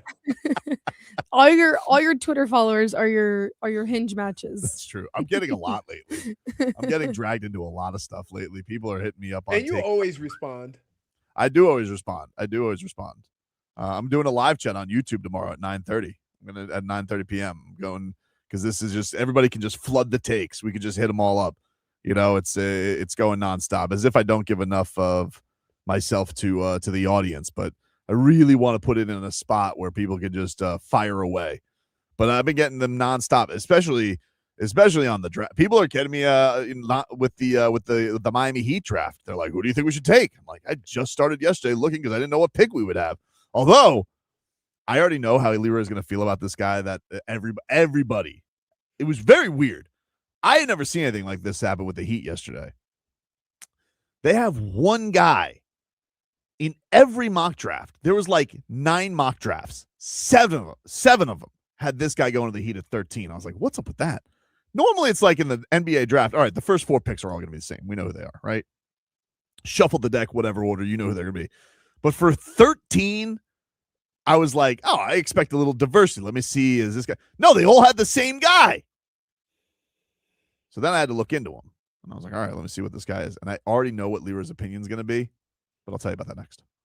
Oh, what an ass.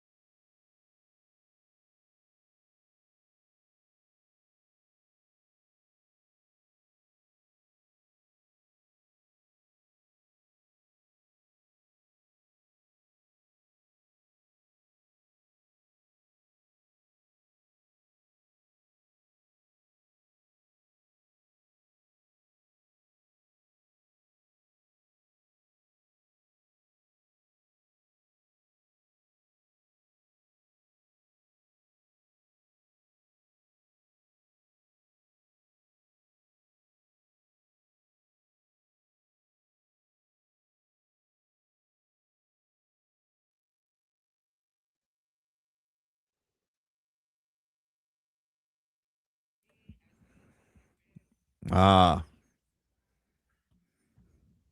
back, everybody. Welcome back. Tobin and Leroy here with you on FM 104.3 WQAM. Take you guys up until 2 here on the program as the Marlins will be back in action today. We'll have a little playoff action continue on. But let's get to our headlines brought to you by Doral Kia. You always pay less with your pricito at Doral Kia. Visit us at Doral Kia or DoralKia.com.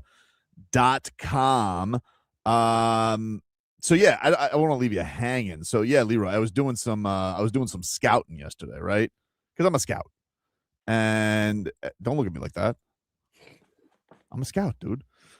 And I was looking at who the Heat might draft at 13. Because I'm like, I'm not gonna get into the whole what if the Heat were 4? I was like, well, stupid for me to go scout. I didn't want to waste time. Everybody's like, who do you want the Heat to take at 13? I'm like, what if they go up to 4? That would have been a waste of time. Well, now I know they're not going to get 4. I don't even know if they're going to use their 13th pick, quite frankly. They might trade it. But let's say they don't. Who the hell are they going to take? What are they going to do? And so yesterday, I'm like, started to look at, because everybody had a new mock draft yesterday. And I'm expecting there to be some diversity on these mock drafts. I'm like, they'll probably give me like 4 or 5 different guys to look at, I kept going to every mock draft. They all had the same guy that he'd taken. Sports Illustrated, ESPN, The Athletic, CBS, Bleacher Report, Clutch Points. They all had the same guy.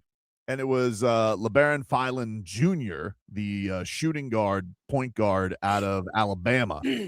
And he can score. I mean, like the kid scored, he averaged 22 points a game last year. He's like 6'2.5", 6'6" wingspan. So not tremendously big. But the thing that really stood out to me, I was like looking at his combine numbers, right? And he weighed in at 176 pounds. It's like John Morant. That's like John Morant, dude. I was like, who the hell is that skinny? But like I was watching, I'm a you in the fight game and you're asking who's that skinny? In basketball, I was like, who's that skinny? Because I was, we always do the Tyler Hero thing. And yeah, Ja's that skinny. But here's the thing.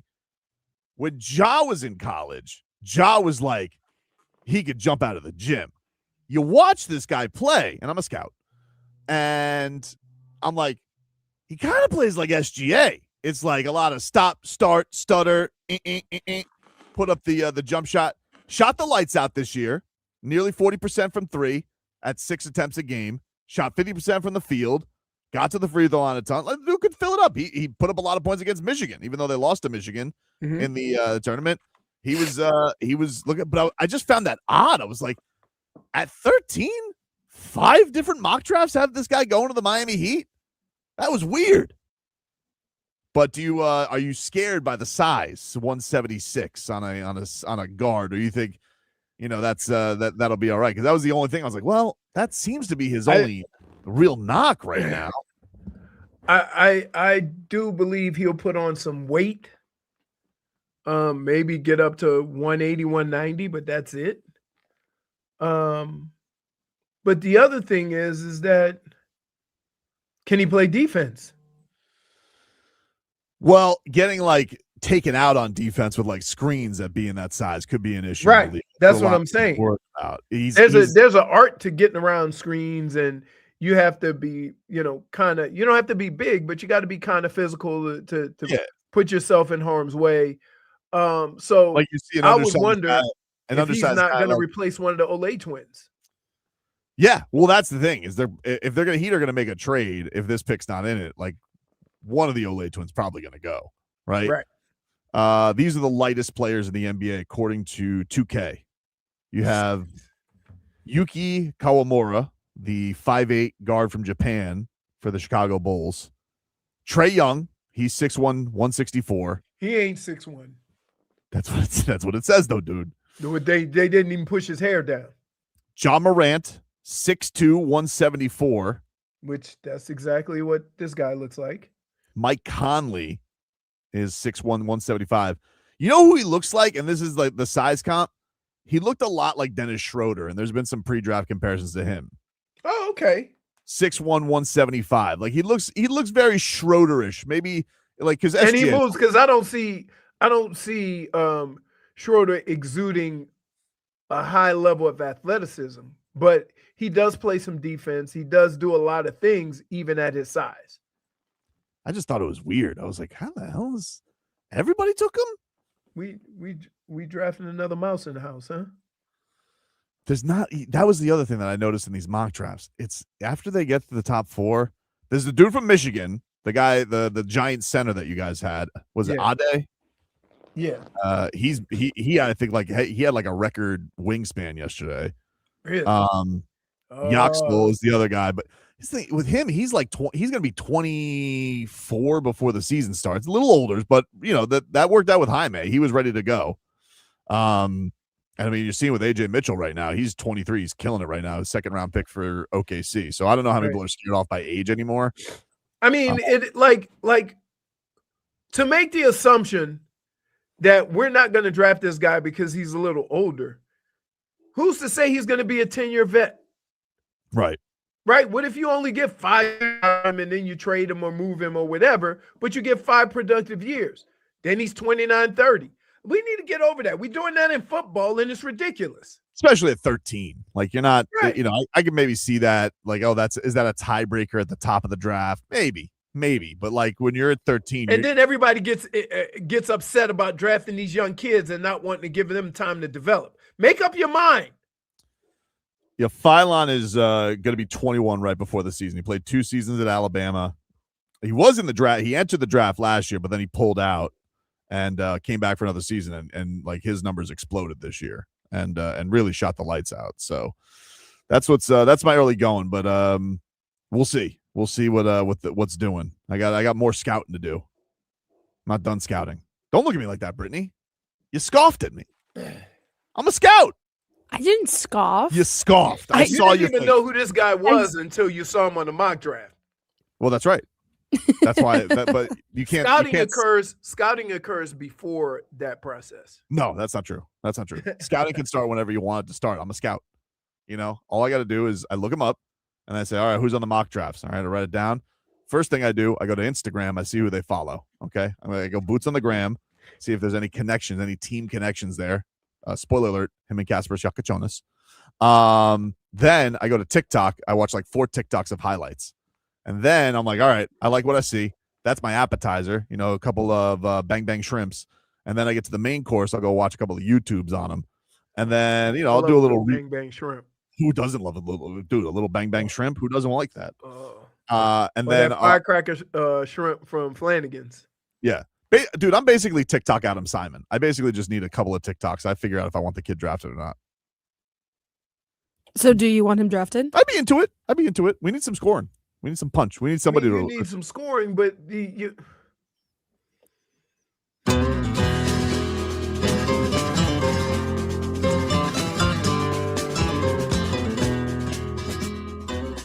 They need to put him in some drills against the Olay twins, see how he holds up. And he's not as athletic as John Morant. I mean, nobody is. At that size, nobody is. John Morant, and John Morant seems like he may have burned all the fuel in 2 years. Right. I'd still take him though. Of course you would. Maybe John Morant can take him under his wing. How he's going to take him under the wing when he's holding his gun? No coots, dude. I'm just saying.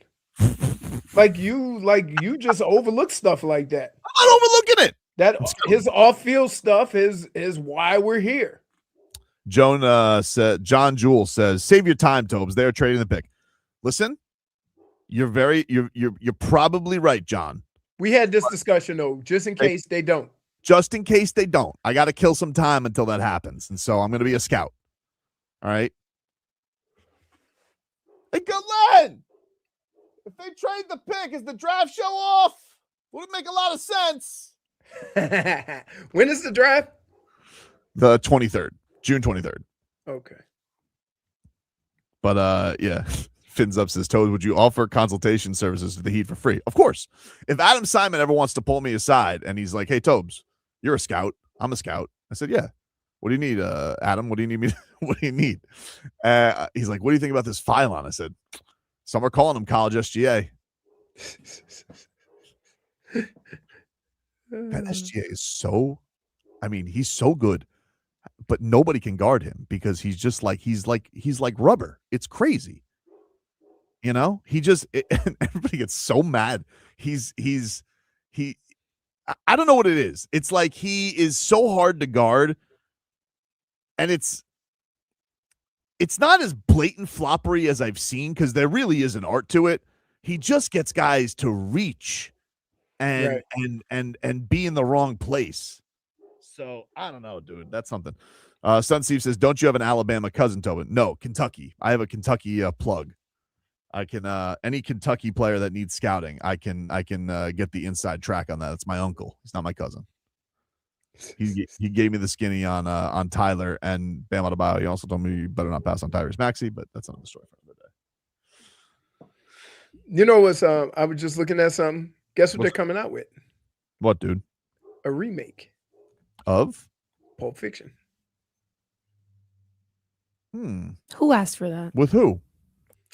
Hold on. Tell you in a second.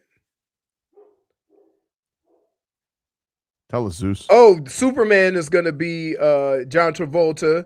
Henry Cavill? Who's or new Superman.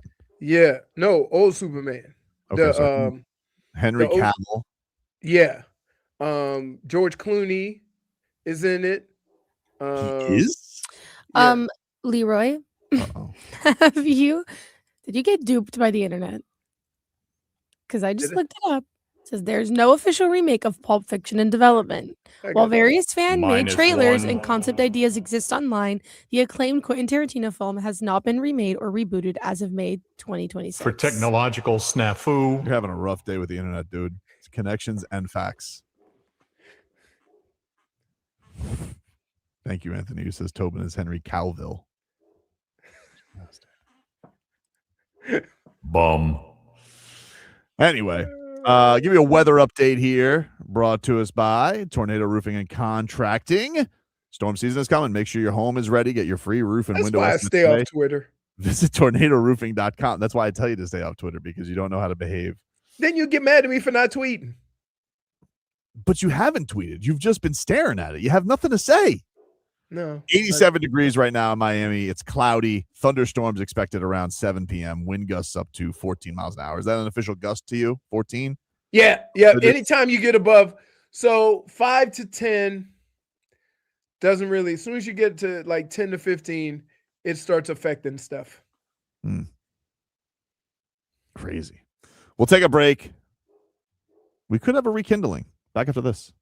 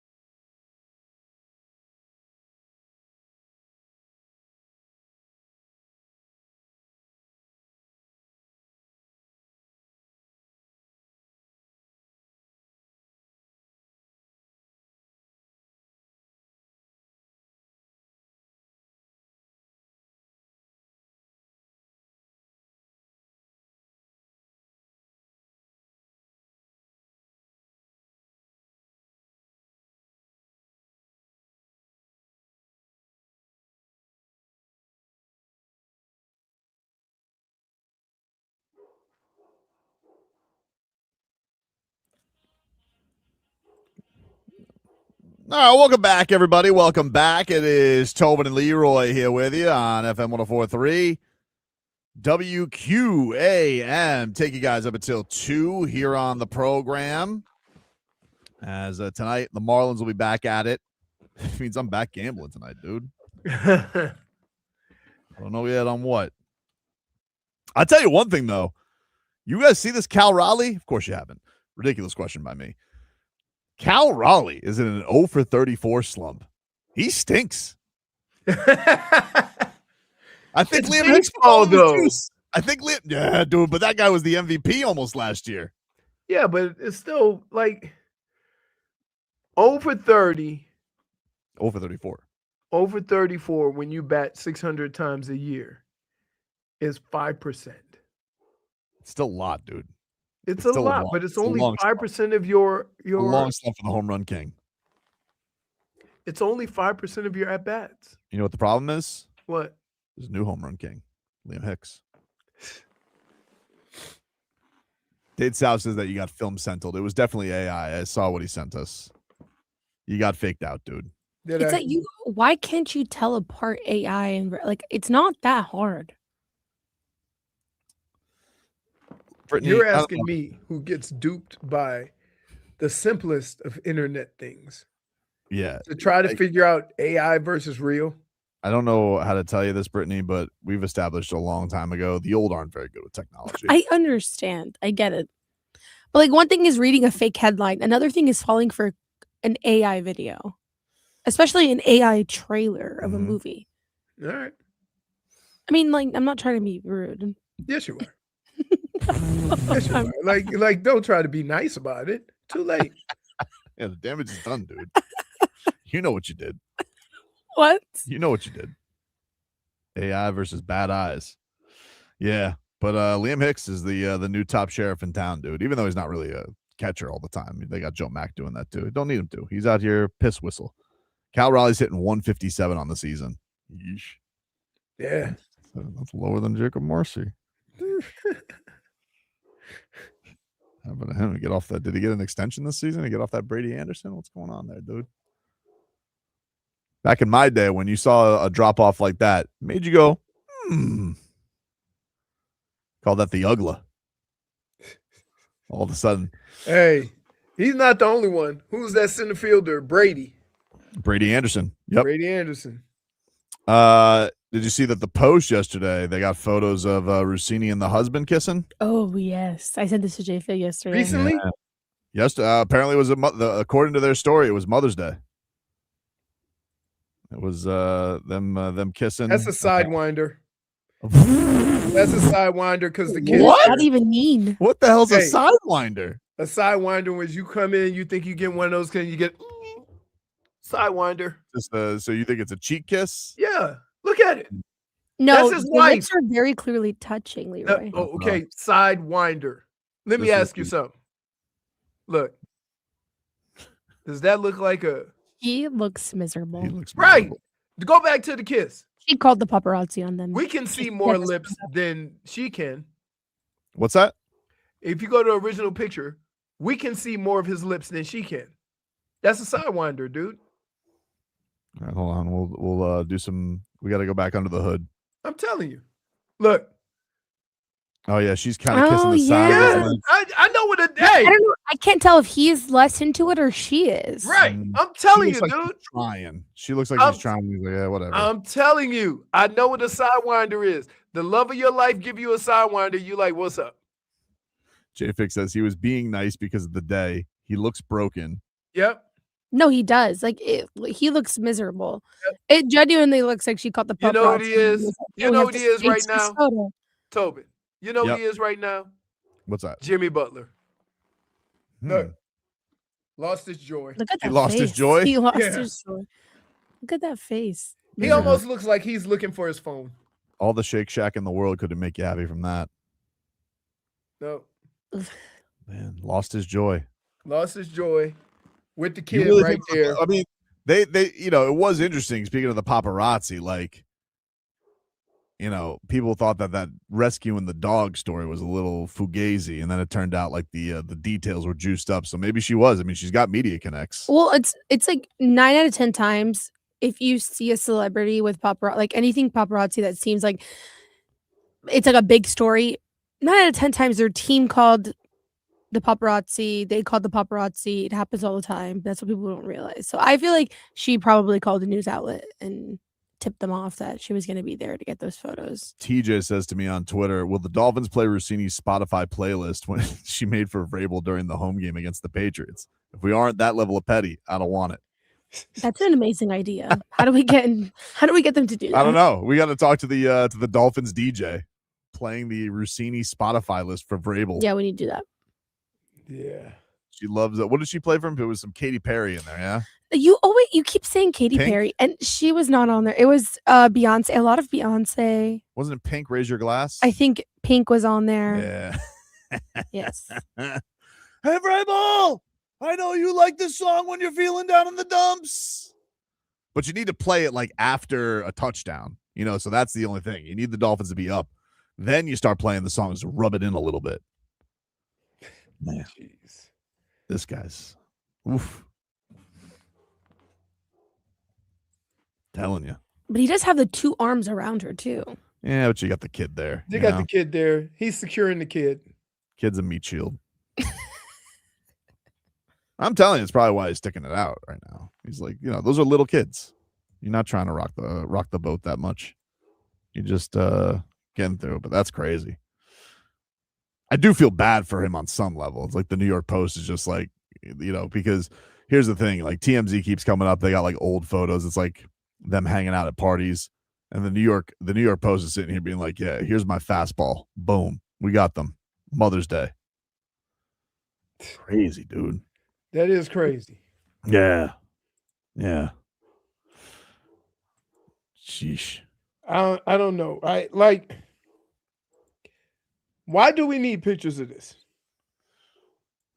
I mean, it's the biggest media gossip story there is right now, is it No, not? I understand that, but I'm just trying to figure out, why do we absolutely need pictures of them? I could understand if it was pictures of her and Vrabel, but we need pictures now that he's at rehab right now. No, he's not. He's in camp. Speaking of a jilted lover, our president was upset yesterday because there was a no-show at the White House. Starting quarterback Fernando Mendoza. Now, the reason he's not here, he was so nice he called, because he has actually, JD's a big fan of ours.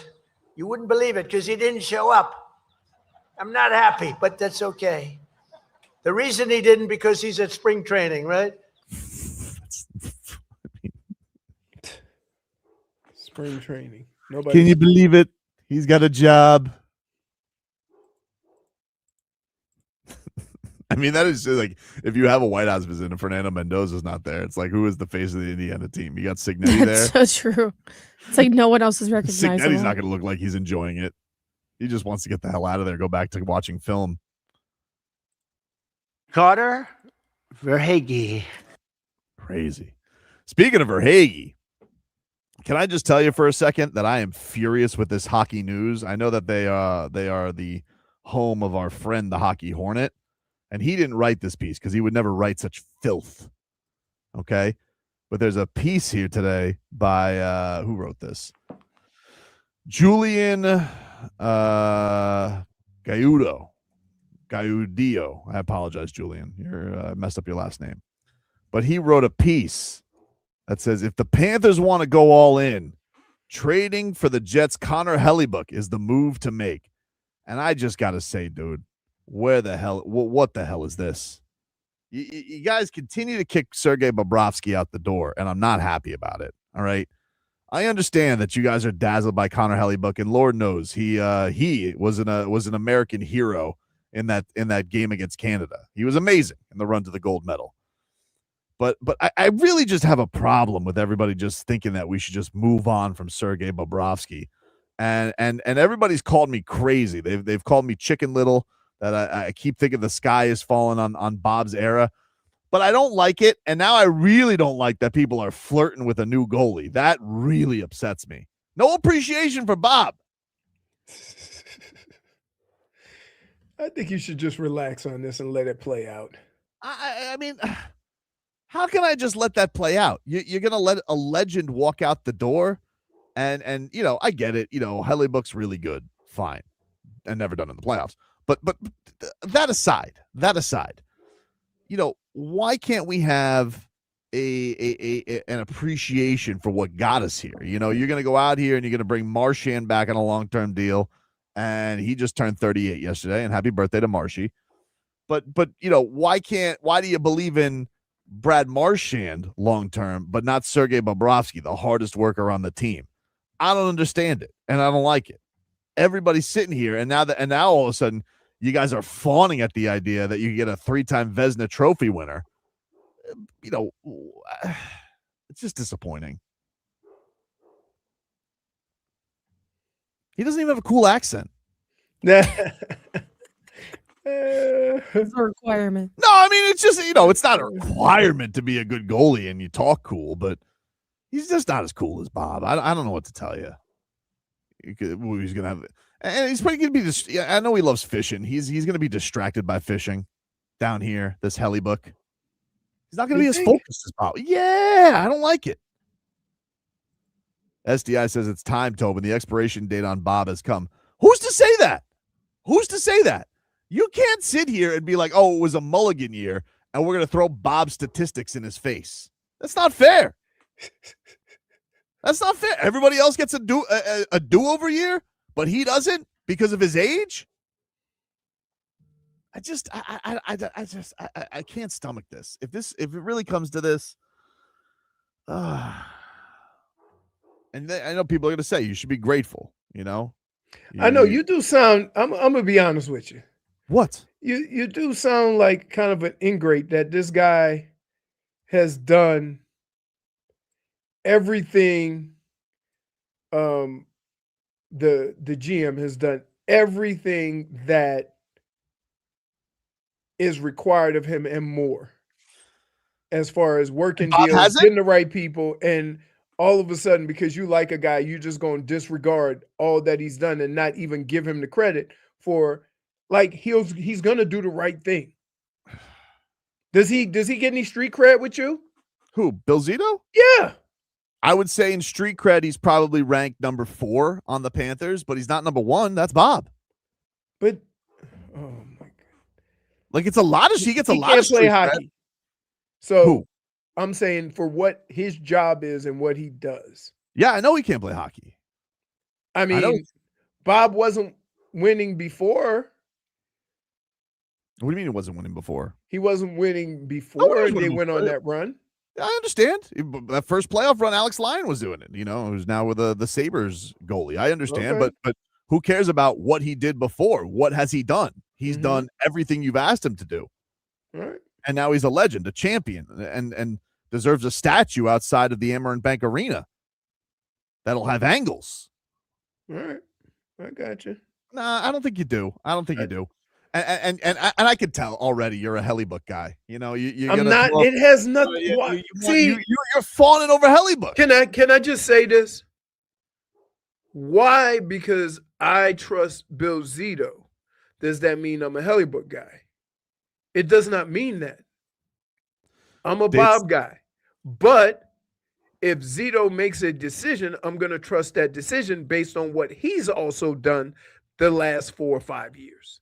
What about my decisions? My question to you is hasn't this man garnered enough respect that you trust any decision that he's going to make? Not even saying he's going to make the decision that's going to upset you. That's all I'm saying, is that I don't know what the decision he's going to make is, but I trust, because of what he's done, that he's going to do what he feels is best for the team. And he has proven that his decisions have been what's best for the team.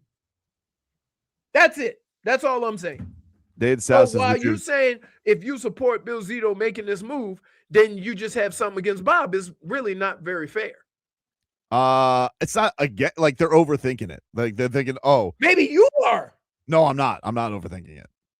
I'm not overthinking it.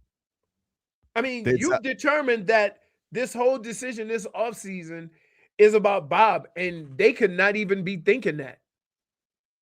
Nah, they're thinking it. Otherwise, it would be done. They could already know what they're gonna do with Bob. It would have been done already. They would have already gotten to the point where they would have decided it. Yeah. They would have decided it. And so the fact that it's taken this long and we're thinking about it, I don't like it. Maybe because the hockey season isn't over yet? He's your guy. You can extend him. He's your guy. Okay.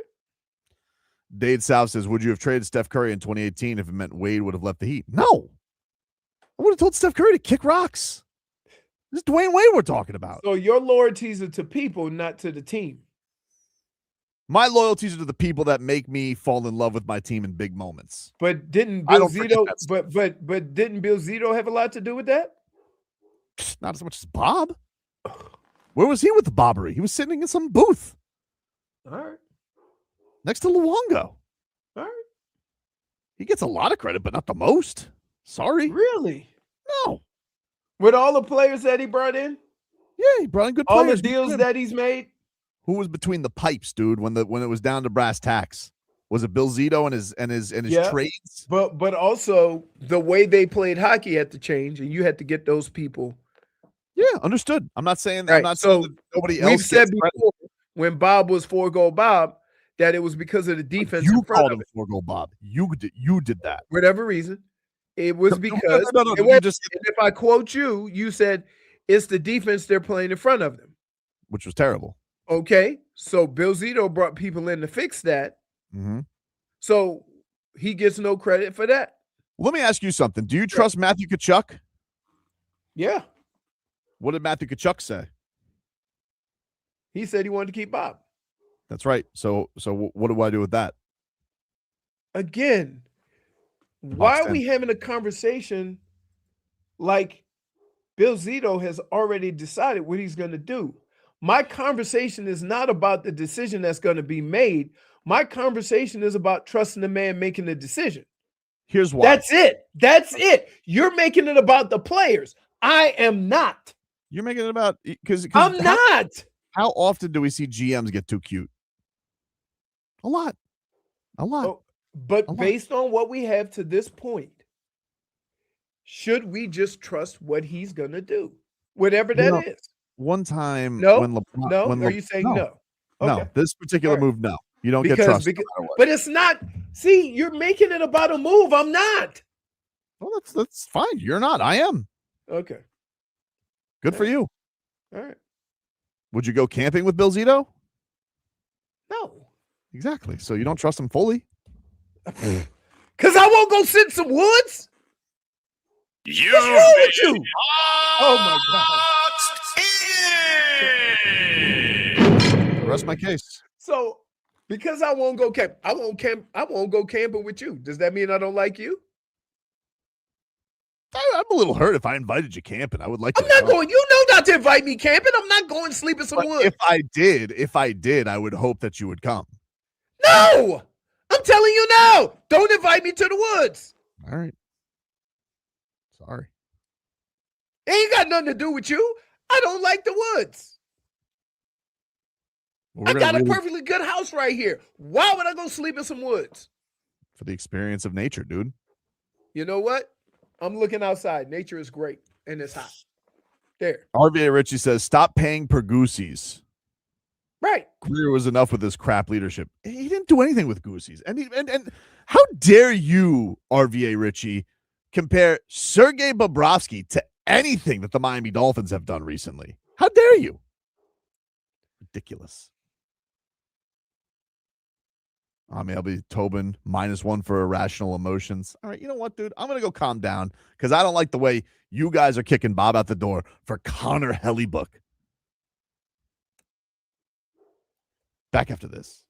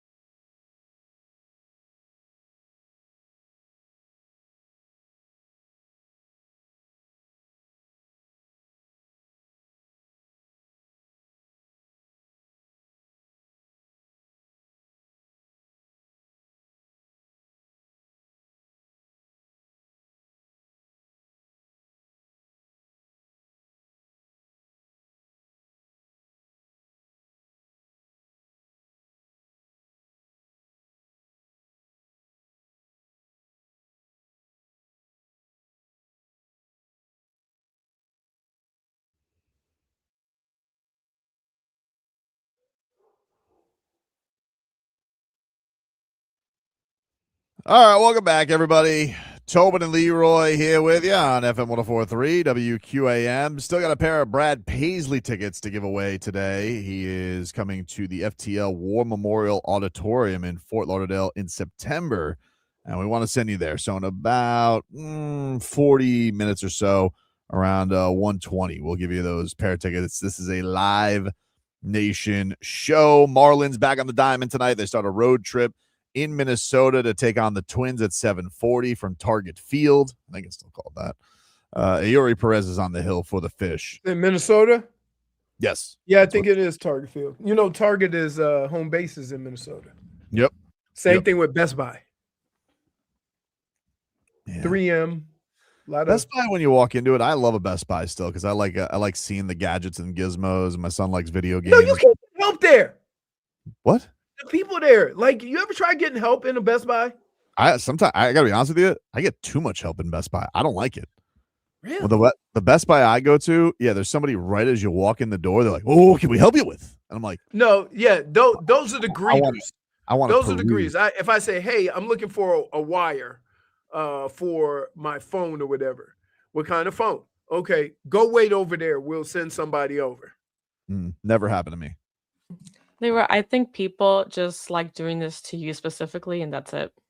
Why? What wires do you need for your phone anymore? I just used an example, dumbass. Who are you calling a dumbass? Him. I was using it as an example. I didn't say an actual. No, he's just trying to. No. I'm sorry, guys. I just need a minute. And maybe he just meant that was so rude. No, it wasn't. You left. He's leaving. He's walking out of the studio. No, he's not. Yes, he's literally. I'm watching him walk out of the studio as we speak. No. Yeah, I was using it as an example. You called him a dumbass. That's so rude. Leroy, examples. Like I said, like if I go there and I need a wire or something. Listen, I felt that in my soul when you said it. I don't know. No, because it was an example. He said, "I've never experienced that." Well. Leroy, but you experience that literally anywhere you go. You can go to a porta potty and instantly it's like a customer service issue. Never happened. And it's like, at what point do you look in the mirror and think that maybe like you're the problem? You know what? I'm out. Oh, no, you can't leave either. No, you can't leave us. I'm out. He just stays frozen. I'm hurt. Stay in here. Why are you guys attacking me? You called Tobin a dumbass, and yes, it was an example. Look at him. He's probably drinking now. No, look, he's liquid death, man. Liquid death. Not on me. Wait, there's nothing. Nothing says I'm sadder with the hand in the pocket. I don't live life. Sorry. He's like that. It was an example. Bye. Look at Tobin. I'm sorry. You really hurt. Like that. You've never been spoken to like that. I don't know what, but like it came from like you normally do call him these things, but like today it came from like because it was an example. A very deep hole in your heart. Because he chose to make his point by going literal, and I was using it as example. He was doing this thing. Oh, he's not. He's still not. I'm not ready to look at him. I'll speak, but I'm not going to look at him. You're not emotional prepared to be on screen. I'm not really emotionally ready to answer that right now. What are we doing? Come back. Very strong. Come back now. You should apologize. I'm sorry. I'm sorry for calling you a dumbass. It was very angry. It was an example. But it's the year of our Lord 2026. Like, who's got wires with their phones? Strange. I was just saying, if you meant like a charger, huh? You meant a charger. That's the wire. Just whatever I needed. I was just using random example. It was the first thing that came to mind, and he attacked what I was saying. He attacked what you were saying? Yes, he attacked the example that I used. It wasn't about the example. I just even want to look at you, man. He's so hurt by you. How about just the mixed bag, let's try to move on. You guys familiar with Carson Beck? Brittany's fave. He, I don't think that's true. Dude, she really thinks you think Carson Beck cost you a championship, Britt? No, I don't. But I still don't. I still think it was a stupid play. Yeah. I think he was a dumbass for that. Yeah. I think you know what happened. You're gonna say it like Leroy. In all honesty, I think he thought he was going to throw it farther, and he had like his arm didn't have it, and it just kind of floated. Yeah, if anybody blew it, it was that Bowman, the tight end. Oh, jeez. Yeah, we lost it because of the blocked punt. Of the old chicken wing he threw out there. It's still a stupid on decision. Standard pass rush, standard punt rush. Well, Carson Beck was on sports radio in Arizona with Gambo, and he revealed that he never got that Lamborghini back. Well, what is the car? Let me in on the joke. What's the car? I don't. What is it? Carson, describe it to me. What is the car? Okay, well, I actually don't have it anymore, but because it got stolen, which sucks. But this go look it up if you want some extra information. This happened about a year ago, sadly. But it was a Lamborghini. I had a Lamborghini, and my house was broken into and it got stolen. So that was pretty fun. Oh no, man! I didn't know it got stolen. That sucks. That sucks. They weren't able to find it. There's no trackers or anything on it. Oh come on! There's some drug lord in Guatemala is driving that thing around. Son of a gun! That's unbelievable. If I go to Guatemala ever, I'm going to look for it. Man, liar. No leads on that, huh? Jeez, that's bold. Yeah, that was a bit of a strong statement there. I wouldn't say that, man. I don't think I would say that either. Man. Wow. Carson Beck never got that car back, huh? I guess not. Why do you pick Guatemala? That doesn't sound like where they need to, You don't. Do you want me to say why he picked Guatemala? I don't think we need to go there yet. No. But also, it is a bit strange, a car that fancy, like there was no tracker on it. It almost makes you wonder. No, it does make you wonder. It does make you wonder. Does make you You wonder. think they pieced it up real quick? I don't know. Anyway, Carson Beck, he's Arizona's problem now. LeBron James, season's over. Does he still love basketball? Here's what he had to say. Forget the process. Is it still there? Do you love this sport?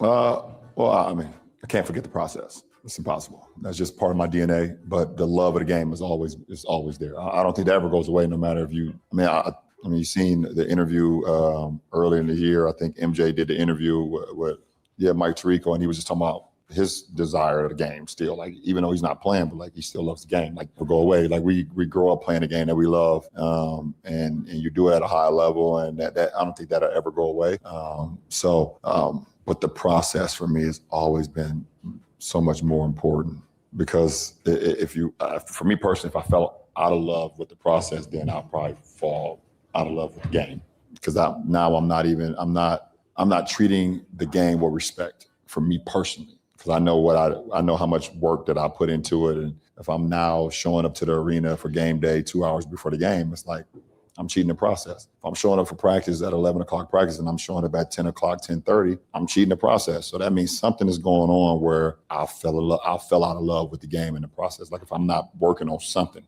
So that is what it is for me. Well, if he wants to relax, just talk to Deandre Ayton. He'll tell you how to cheat the process. Did you see yesterday the chain that he got? He got a chain that LeBron got, or no? Deandre Ayton had a chain. Well, he already has on the back. Do you know what his self-proclaimed nickname is? Dominating. And so he not only has the tattooed on his back, but now he had a full custom chain made that says Dominating before getting swept. What's the opposite of that? I don't know. Dominate doing nothing. -1. I'm like, what does he dominate? I mean, I've never seen a human being everywhere he's been. On the way out, they looked at him in disgust as he left. Right? I mean, your coach, you're the only tall guy on the team, and your coach said publicly he is unplayable. Yeah. It's tough. That was crazy with him dominating, getting that. I'm sure, I mean, I'm sure he got it another time, but whoever posted that and realized that, bad timing. Well, I mean, there's certain things you can't wear. No, you can't That's wear that. one of them after the series that you just had. Have I ever question. Have you ever known Ayton to be a dominant force on a basketball court? Ever? The finals team that he went to the Suns, like he had games where he looked pretty productive. Like, how could he screw that up? I said dominating. I didn't say pretty productive. No, but he had some big time games in those, but like then it kind of just went away. And I know, I mean, no surprise, Chris Paul hated his ass, but Chris Paul, Chris Paul with centers doesn't seem like it's a relationship that goes great for a long time. Because they clog up the paint for him. Well, also he just is. If you're not playing with the motor of Chris Paul, then Chris Paul's gonna go after you. And listen, Chris Paul's a grump. And most big guys don't play with the energy of Chris Paul. Yesterday, the man who had the most energy was Donovan Mitchell. This is what he had to say on what happened in the second half of that game. I just told the guys, like, hey, I wasn't getting downhill like I had in game 3. You know what I mean? And sure, yeah, I scored a lot of points, but just trying to find ways to get early offense. And shots started to fall, but just kind of maintaining my stuff. And the biggest thing was just trying to just create advantages wherever I saw them for the group and, not force things. Crazy. He was awesome yesterday. He wasn't forcing it, and he wasn't missing. Nope. Wasn't missing a thing. What a now he's on the what, 6'2"? Yeah, he's like 6'2", 6'1", but he's built. But he's very athletic. Very athletic, big wingspan, but not very tall. I take him. Yeah, there were Heat fans who were like, "Oh, one Spider, idiots." Really? Yeah, he would be number one on the list. Oh, I would love him. Yeah, that'd be good. God, I hope Cleveland loses. Hey, Cade Cunningham, fix it, dude. Get Jalen Duren on this page. You think Detroit's in trouble? Nah. James Harden's going to James Harden. Trust me. It's in the bag. And what if he doesn't? He will. If he doesn't, are you then going to just move it to the next series? Yeah, I'll move it till he wins a ring. That's what he's. Did I ever say? Did I say? Let me just recap. Did I ever say James Harden will never get out of the second round? Fat bum. No. What I said was James Harden will never win an NBA championship. Fat bum. Well, he's not as long as OKC is playing this way. No shot. Nobody is. Right. Nobody is. They're toying with everybody. Will they lose a game is the question. Yeah. Will they lose a game? That's the question. I think the best record in postseason has been 15-1. Yeah, I think so. Nobody's gone undefeated in the playoffs. Will they lose to anybody in the East? Huh? Like, would they lose to anybody in the East? Like, do any of these teams, like, would the Knicks get a game against them? Well, here's the kicker is that the two teams that may come out of the East shoot the three well, and they could have a really hot game. And so that's why I don't think they'll ever go undefeated because you can get hot once. Right. Typically. We'll take a break. Final hour coming on up. Some wacky things being said in the world of sports. That's next.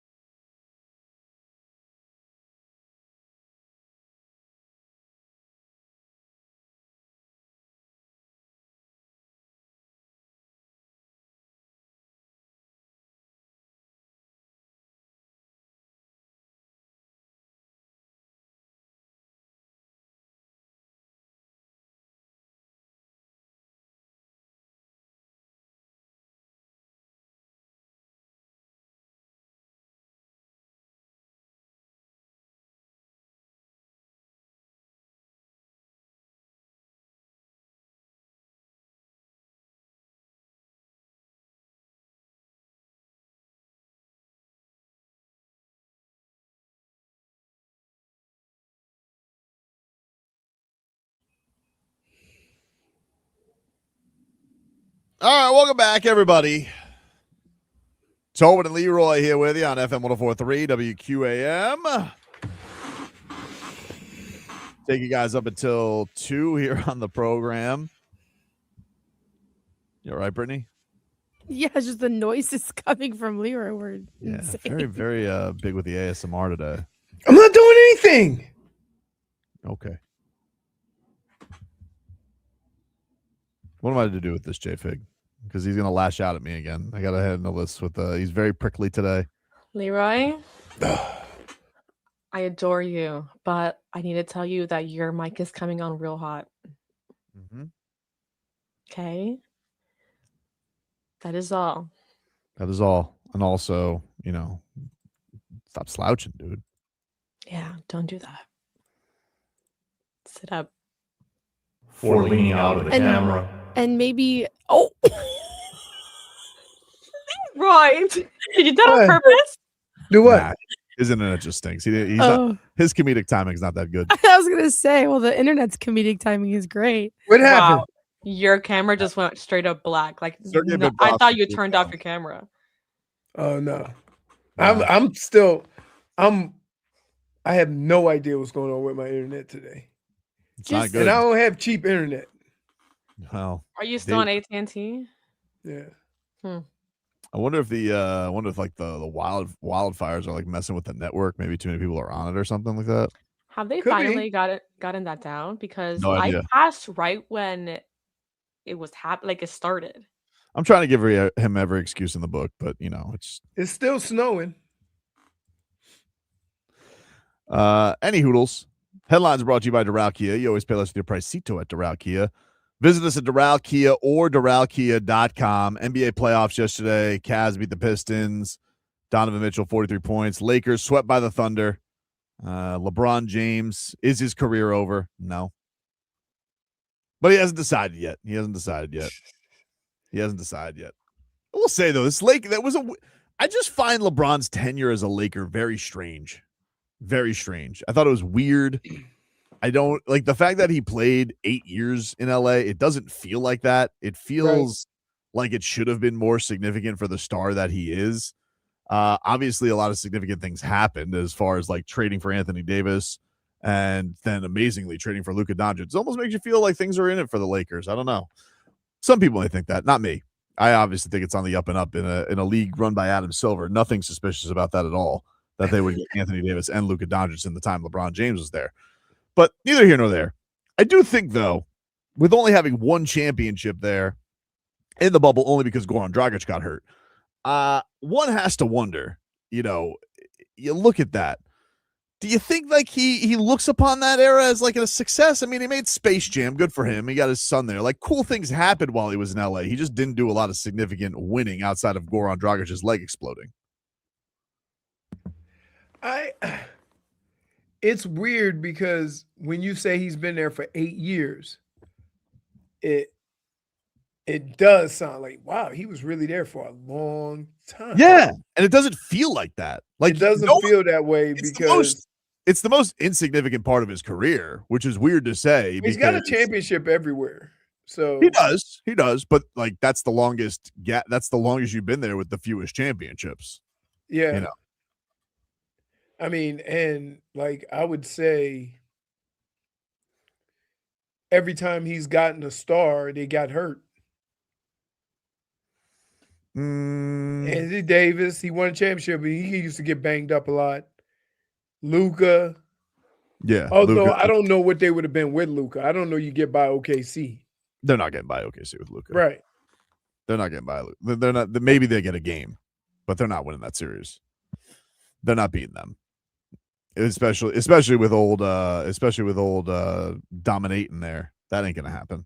Not with him as your big. Maybe the other two with Rudy Gobert and Wembanyama, maybe something can happen there, but right. Not that Lakers squad. That's not happening. But yeah, it's crazy. 8 years. Is this all boiling down to San Antonio and OKC? I'm not counting out Minnesota. I think Minnesota does plays just enough bully ball, but has enough talent around it that they could play a different type of game, but they're going to try to play bully ball. And it's shown that it affects Wemby. And so I know that could get to him. Dade South says he used Miami for college years and LA is the retirement home. Yeah, the side quest of LA. That's what it felt like. I'll tell you one thing right now, though. If he would have stayed in Miami, he would have caught Jordan easily. The math adds up. Like, it's just he won the most championships here in the fewest amount of times. Then you would have been so bad if they got rid of D-Wade while LeBron was here. They wouldn't have, though. They wouldn't have. They wouldn't have. They wouldn't have. Okay. Like, honestly, if you would have, making a lot of assumptions. I mean, fair. But then the other thing is that okay? Remember, Chris Bosh got sick. Yeah, Chris Bosh did get sick. I mean, and that would have happened regardless. We don't know that. But I'm just that those are facts that things that happen. You We can don't know say you can argue that they would have kept D-Wade. Who's to Okay, say? I'm not going to argue with you there. Mhm. Okay, even though it can't be proven. But what happened to Chris Bosh happened less than a year after LeBron left. Here's the thing, though. You would have had LeBron. If we're going to go all things that you would have had, you would have had Hassan Whiteside in his peak heyday as a rim protector, and you would have still traded for Goran Dragic to replace Mario Chalmers. Like, you still would have had an arsenal to be there with LeBron James and Dwayne Wade. So as much as it would have hurt to lose Chris Bosh, it certainly would have. They would have been in a better spot to replace him. In your theoretical world where Chris Bosh still gets blood clots because LeBron's still here, much different universe. It's big of you to go and assume that that's going to happen. But even if you did, I'm doing factual time. Still other levers to pull. Still other levers to pull. 6 championships at least if he's still here. All right. But 4's good. Hey, 4's good. It's not Jordan, but it's good. But if you would have gone by like the pace you were winning championships with in Miami, as opposed to squeezing all the juice out of a turnip in Cleveland, and then basically lucking into a championship in LA because Goran Dragic's foot exploded. I mean, you're going up against Kelly Olynyk, dude. Like, it's Jimmy Butler and Kelly Olynyk sitting here. Like, that's what he had to go through. Bam had one arm after the series that he just had against Boston. So, look, whatever happened, happened. But I'm just saying, if he would have been here, caught Jordan easily. But we'll never know. Unless he wants to come back here for one last ride. But we'll see. Right now, leader in the clubhouse is Kevin Durant. Kevin Durant's coming here. But aside from that, he's got to have some. Even he said it this year. You know, he had to acknowledge when Pat Riley got a statue. He's like, maybe I should have stayed. He basically said that because he knows. He's sitting here.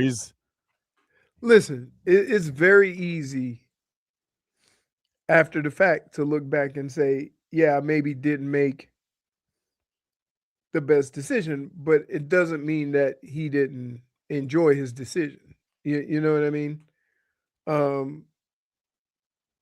Do you think he enjoyed his decision though? Like, I get to go to LA. Yeah. Well, here's the thing. Even the Cleveland decision. Here's the thing. Cleveland didn't seem like he had a lot of fun. Like, he was snipping at all points with the coach. He hated the owner. Yep. He belittled Kevin Love. He and Kyrie were not on the same page. He traded half of his team. Now, he was an incredible force, but all he had to go through was the Raptors. He won a championship there. I understand. I'm not saying he accomplished what he had to accomplish, but do you think he had fun? Like, the most fun that he had? I think the fun sometimes going through it may suck, but in the end, if you accomplish what you set out to accomplish, then you can put all that aside. Did he look like he was having fun when J.R. Smith forgot the score? Oh my goodness. Like, dude, man. Right. To this day, I remember the look on LeBron's face. I mean, how could you not? Would you rather play with J.R. Smith or JaVale McGee? JaVale McGee's won multiple championships. JaVale McGee is also known for chucking up a half-court shot with 15 seconds left. I think JaVale McGee's I think if we're going to talk like who's more of a wild card, I definitely think it's J.R. Smith. I think JaVale McGee has got past a lot. J.R. Smith at least was a scorer. I understand. But I mean, they're different roles. Okay. But and then LA, I mean, you had the Lonzo Ball team. They all hated his guts. They cast him all out. He somehow kept Kuzma. You know, Are we putting Kuzma in the same class with DeAndre Ayton as like guys who we think should have been far more productive? Because to this day, there's still teams that say, man, Kuzma on the wing, we can get something out of him. No, I don't think anybody thinks that anymore. I think the Wizards ruined him. The Wizards ruined him? Yeah. All right. Once you went to the Wizards, it was just like did you remember those teams with him and Jordan Poole? Oh, my goodness. That's the most unserious basketball team in history. Jordan Poole was getting his. My goodness. But yeah, I think if he stayed with Miami, much more fun, 6 championships. But we'll never know. You're making a lot of assumptions. So are you? I'm not. Seems like you are. You just I tried very hard to only state the facts of what happened. That's not true. What?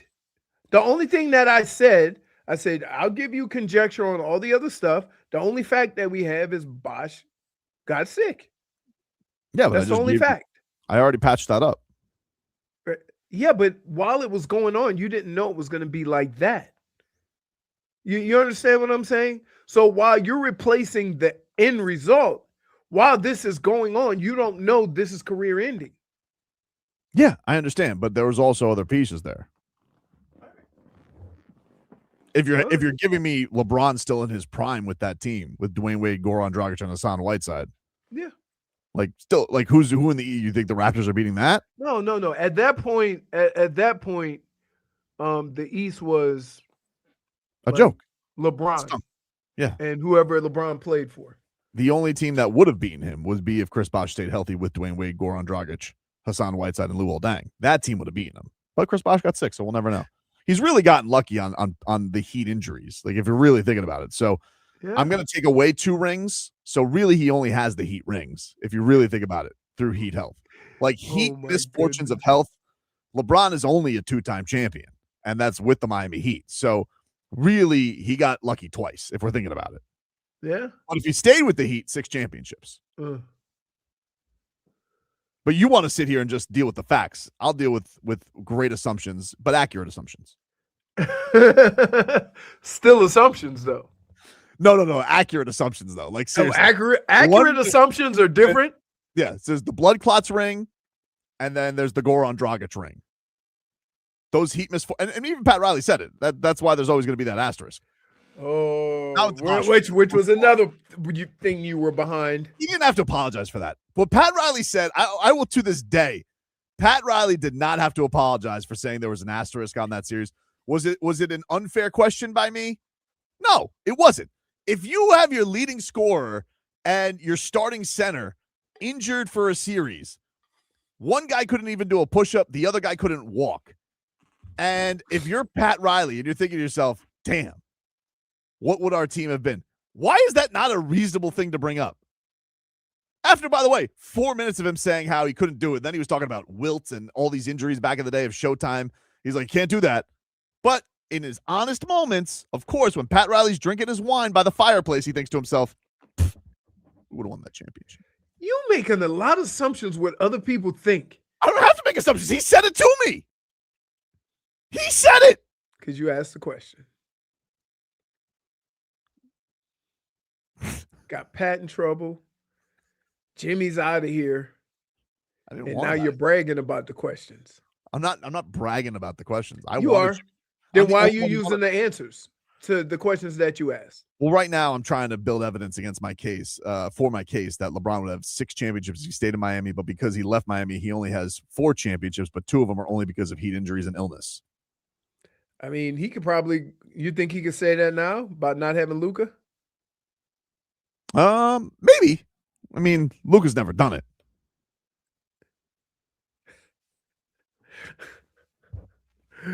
You're insufferable today. What do you mean, dude? Luka's never done it. I mean, yeah. But having a sidekick like LeBron. Yeah, but you know who was going to ruin it. Who? DeAndre Ayton, dude. He was going to ruin it. Like, you just can't. You can't win a championship with him as your center. Dude, you just can't. Can I just say, like, I'm normally not that guy, but I was watching TV going, damn, he sucks. I'm like, I didn't know what else to say.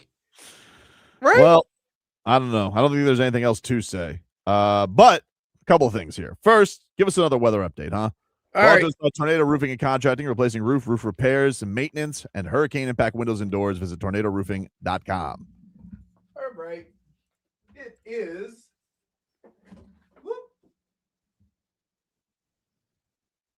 Mostly cloudy. Winds look like they're 10 to 15 miles an hour. It's hard to see a direction, but it looks like they're coming somewhere out of the east. But it's hard to tell because it's so cloudy. Expect a shower later on in the day. And I'm going to tell you, 91 degrees I'm going with. Wow. Finally. The dogs don't even want to go outside. It's hot. But to lighten up your day, country artist Brad Paisley is coming to the FTL War Memorial Auditorium in Fort Lauderdale in September, and we want to send you there. And it's a Live Nation show. Caller number, what do you want to do, Jennifer? What caller number today for the Brad Paisley tickets? Caller number 4.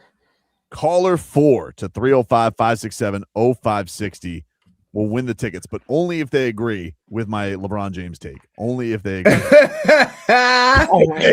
with my LeBron James take. If so, you go to the next person. Yeah, then I'm gonna go to the next person. That disqualifies you automatically. So 305-567-0560 if you want the Brad Paisley tickets, but only if you agree with my LeBron James take. So let's see where we go here. 560, you're on the air. Oh, hi. I'm calling for Brad Paisley. Oh, hello. What is your name? Jeanette Spillane. Hey, Jeanette, let me ask you a question. If LeBron James would have stayed with the Miami Heat, you think he would have more championships than he does right now? Sure. Boom. She's going to Brad Paisley. Thank you. Yeah. Wait. And Brittany, when she asks you who's LeBron? Oh, you don't know that? Why would she randomly be listening to us? Dude, the way the world works now, I'm more than sure somebody has something on their phone that goes, oh, Brad They probably Paisley saw it ticket. on Instagram. Oh, wait. It's not on Instagram. I don't know. Oh, somebody Anyway. just called you Brad Paisley. Oh, man. I mean, is that not the first female winner we've ever had? No. No, we get No, that. we've had different ones. Oh, really? Okay. The Well, ladies because like I never hear, I don't. Anyway, actually, we have a lot of ladies calling right now. I'm sorry, ladies. The ladies love Really? Brad Paisley. They love some Brad Paisley. I see a Stacy. I see a Liz. I see a Gertrude. I see a Morgan. That could be- Gertrude? I just made that one up. There's no way Gertrude is less than Can't 7. deal with you. I can't. Like, you can only be a Gertrude if you're under 3 or over 80. Can you imagine being in college? Heat Hey, Colt says, what's your name? Gertrude. Heat Colt says, what a cheap stunt by Tobin. What does that mean? It means Because you I- did a bit to get the give away the tickets. I didn't need a bit. I added the bit when the callers were already there. Brad Pastry. I'm just glad she said yes. Sure. She didn't even say yes. She said sure. No, she Yeah. She Sure took a enough. moment. Close A moment of enough. pause. You should ask her, who is LeBron? No, we don't have to get it. No, you don't do that. Why No, do you need don't more do that. questions Don't to hurt try her to like get to your side? She already agreed with me. I'm not trying to get her on my side. Listen, I have not fought you on it. I know, just let this one go. Thank you. Take a break. Back after this.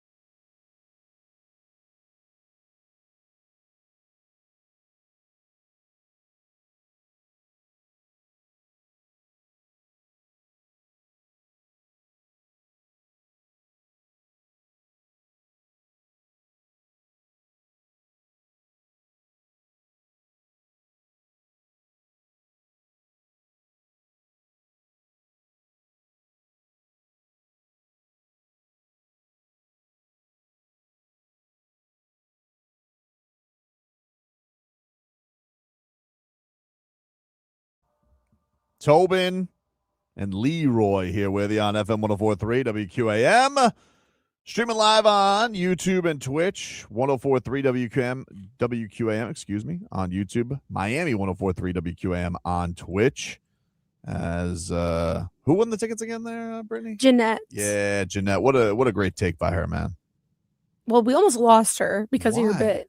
What do you mean we almost lost her? Because the call dropped after you put her on hold. And so then I was having to go through the callers and be like, hello, is this Jeanette? Hello, is this Jeanette? And did she stay on, I'm assuming? She called back. She's like, the call dropped. I was so scared. I was like, I was looking for you, girl. Well, I'm glad that she won. Somebody says, so Tobin, was that your mother, sister, sister-in-law, mother-in-law, or a cousin that called for the tickets? Well, it was nobody. I don't play with radio contest rules, Lido Ford. Let me tell you something about me, okay? I come from the depths of radio soul, all right? I don't play with phone contests, my friend, all right? When they say caller number 4, it's caller number 4, all right? So you -1. I appreciate you said my bad, you rat bastard, but I don't want to ever hear that. You don't know what life is until you spend a Saturday afternoon just screening radio calls and being harassed by prank callers. That's radio. Speaking of radio, longtime Philadelphia radio host Howard Eskin says that the Sixers are likely to fire Daryl Morey, that his job status is on life support. Oh, well. Like, yeah, I guess. Like it I mean, the problem is not him. It's not him. And then he also just traded Jared McCain and said that he had reached his ceiling and he's cooking for the Thunder too. Why would you trade anybody to the Thunder if in good faith? Clearly they know something you don't. I would say, hey, Daryl Morey, who is the king of Too Cuteville, you know, half of that is saddling your career to Joel Embiid and James Harden your entire life. But you know, if you call up Sam Presti, do so at your own peril right now, dude. I would just say, like, that was probably not a good move. And apparently Joel Embiid was really pissed about that too. Them being rats off a ship on a first-round pick right away. Pretty wild. Yeah, pretty wild. So I wish him no success, but it doesn't look like I have to worry about that because it seems like the Sixers feel the same way. I mean, do they have, like, that's not going anywhere good anytime soon, right? I mean, Edgecombe can always take a jump, and playoff PED can get back to the Bain Lab this summer. You know, maybe get to a strip mall down here and you know, reintroduce himself to some good juice. But what about your highest paid guy, Joel Embiid? No, there's no doubt. That's a done. I mean, the same thing. He's like James Harden. Things you know that are going to happen in the playoffs every year is James Harden choking and Joel Embiid's going to miss like 4 games with some weird ass injury or illness, and then he'll be out for the middle of a series, and he'll come back for the end just to see them get swept or gentlemen swept. Right. The same thing happens every year. It's the same thing. So no need to dwell on that one for any longer. But hit the bricks there, Daryl Morey. See ya. The bricks. You're not a big fan of Daryl Morey. Nah, he's like the leader of the Pied Pipers out there of the James Harden stuff. So I very much blame him for his nonsense. mean, not for nothing, but James Harden went off on him, didn't he? He did. He called him a liar, which would let you know what a fraud he is. If like the orchestrator of your propaganda for all these years is now calling you a liar, that says something about you. Yeah, the one guy you supported. Yep. Crazy, man. So that's that. Marlins are back in action tonight. I got to figure out who to gamble on with Aori Perez on the hill. I'm not going to gamble on him. I'll tell you what. No, like, okay, can we put, what is it called? The moratorium? On him? On Marlins pitchers. Not because of their ability, but because what they do with pitchers. It's just a crapshoot. Yeah, I don't like betting on pitchers anyway. It's maybe a nice thing to throw into a parlay if you can get a real juicy number. But it's not even worth the juicy number because, like, again, you have no idea what the skipper is going to do with the pitcher. No idea, especially on this team. The only guy you can count on is Sandy, and he got shellacked. Yeah. Well, he's doing all right. He's not as he was like dominant starting the season. But Uri's been he's been getting hit hard all season. Because he throws the dreaded 100-mile-an-hour straight ball. Yeah. No movement. Feeling it out. But they got the Twins tonight, 7:40. It might be time to bet on Liam Hicks again. I got to be honest with you. Back-to-back games? No, I haven't bet on him in like 3 games. Oh, okay. Well, no, I'm saying, like, what are you going to bet on? Did he hit a home run last game? No. Who hit a home run last game? 2 games Last game, nobody hit a home run. Jacob Marcy hit a home run 2 games ago. 2 games, and Marcy. Home run. All right.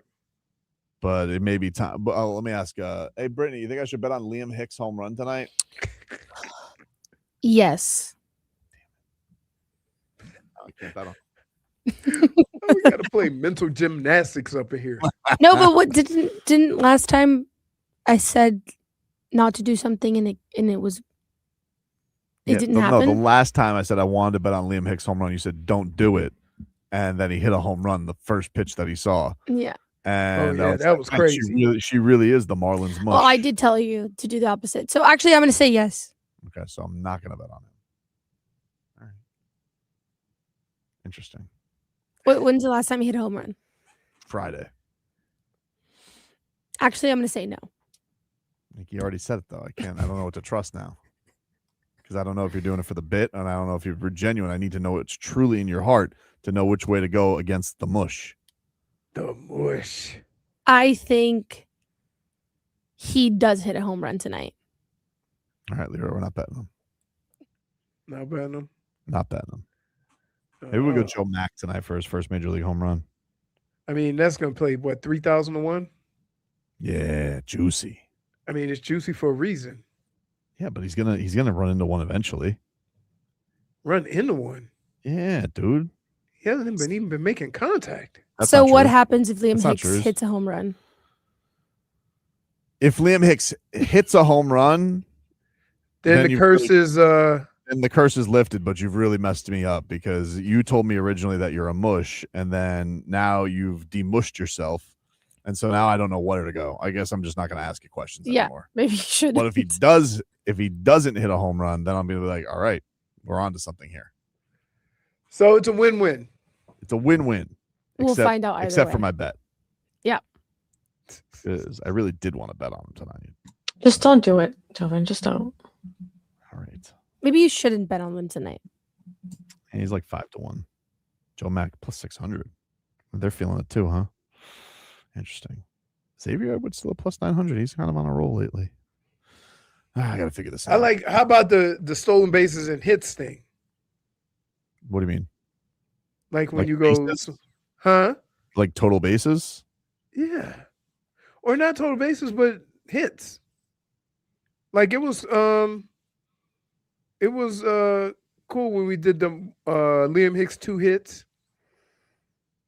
And then we had Marcy stolen base. So Liam Hicks to get 2 hits tonight is plus 185. That's not even worth it. Yeah. If you want somebody to get 2 hits tonight, yeah, like 2 hits isn't going to pay that much. You get like plus 3. And if you want to throw it in a parlay, we could do that. You think it over. You seem like very torn on it.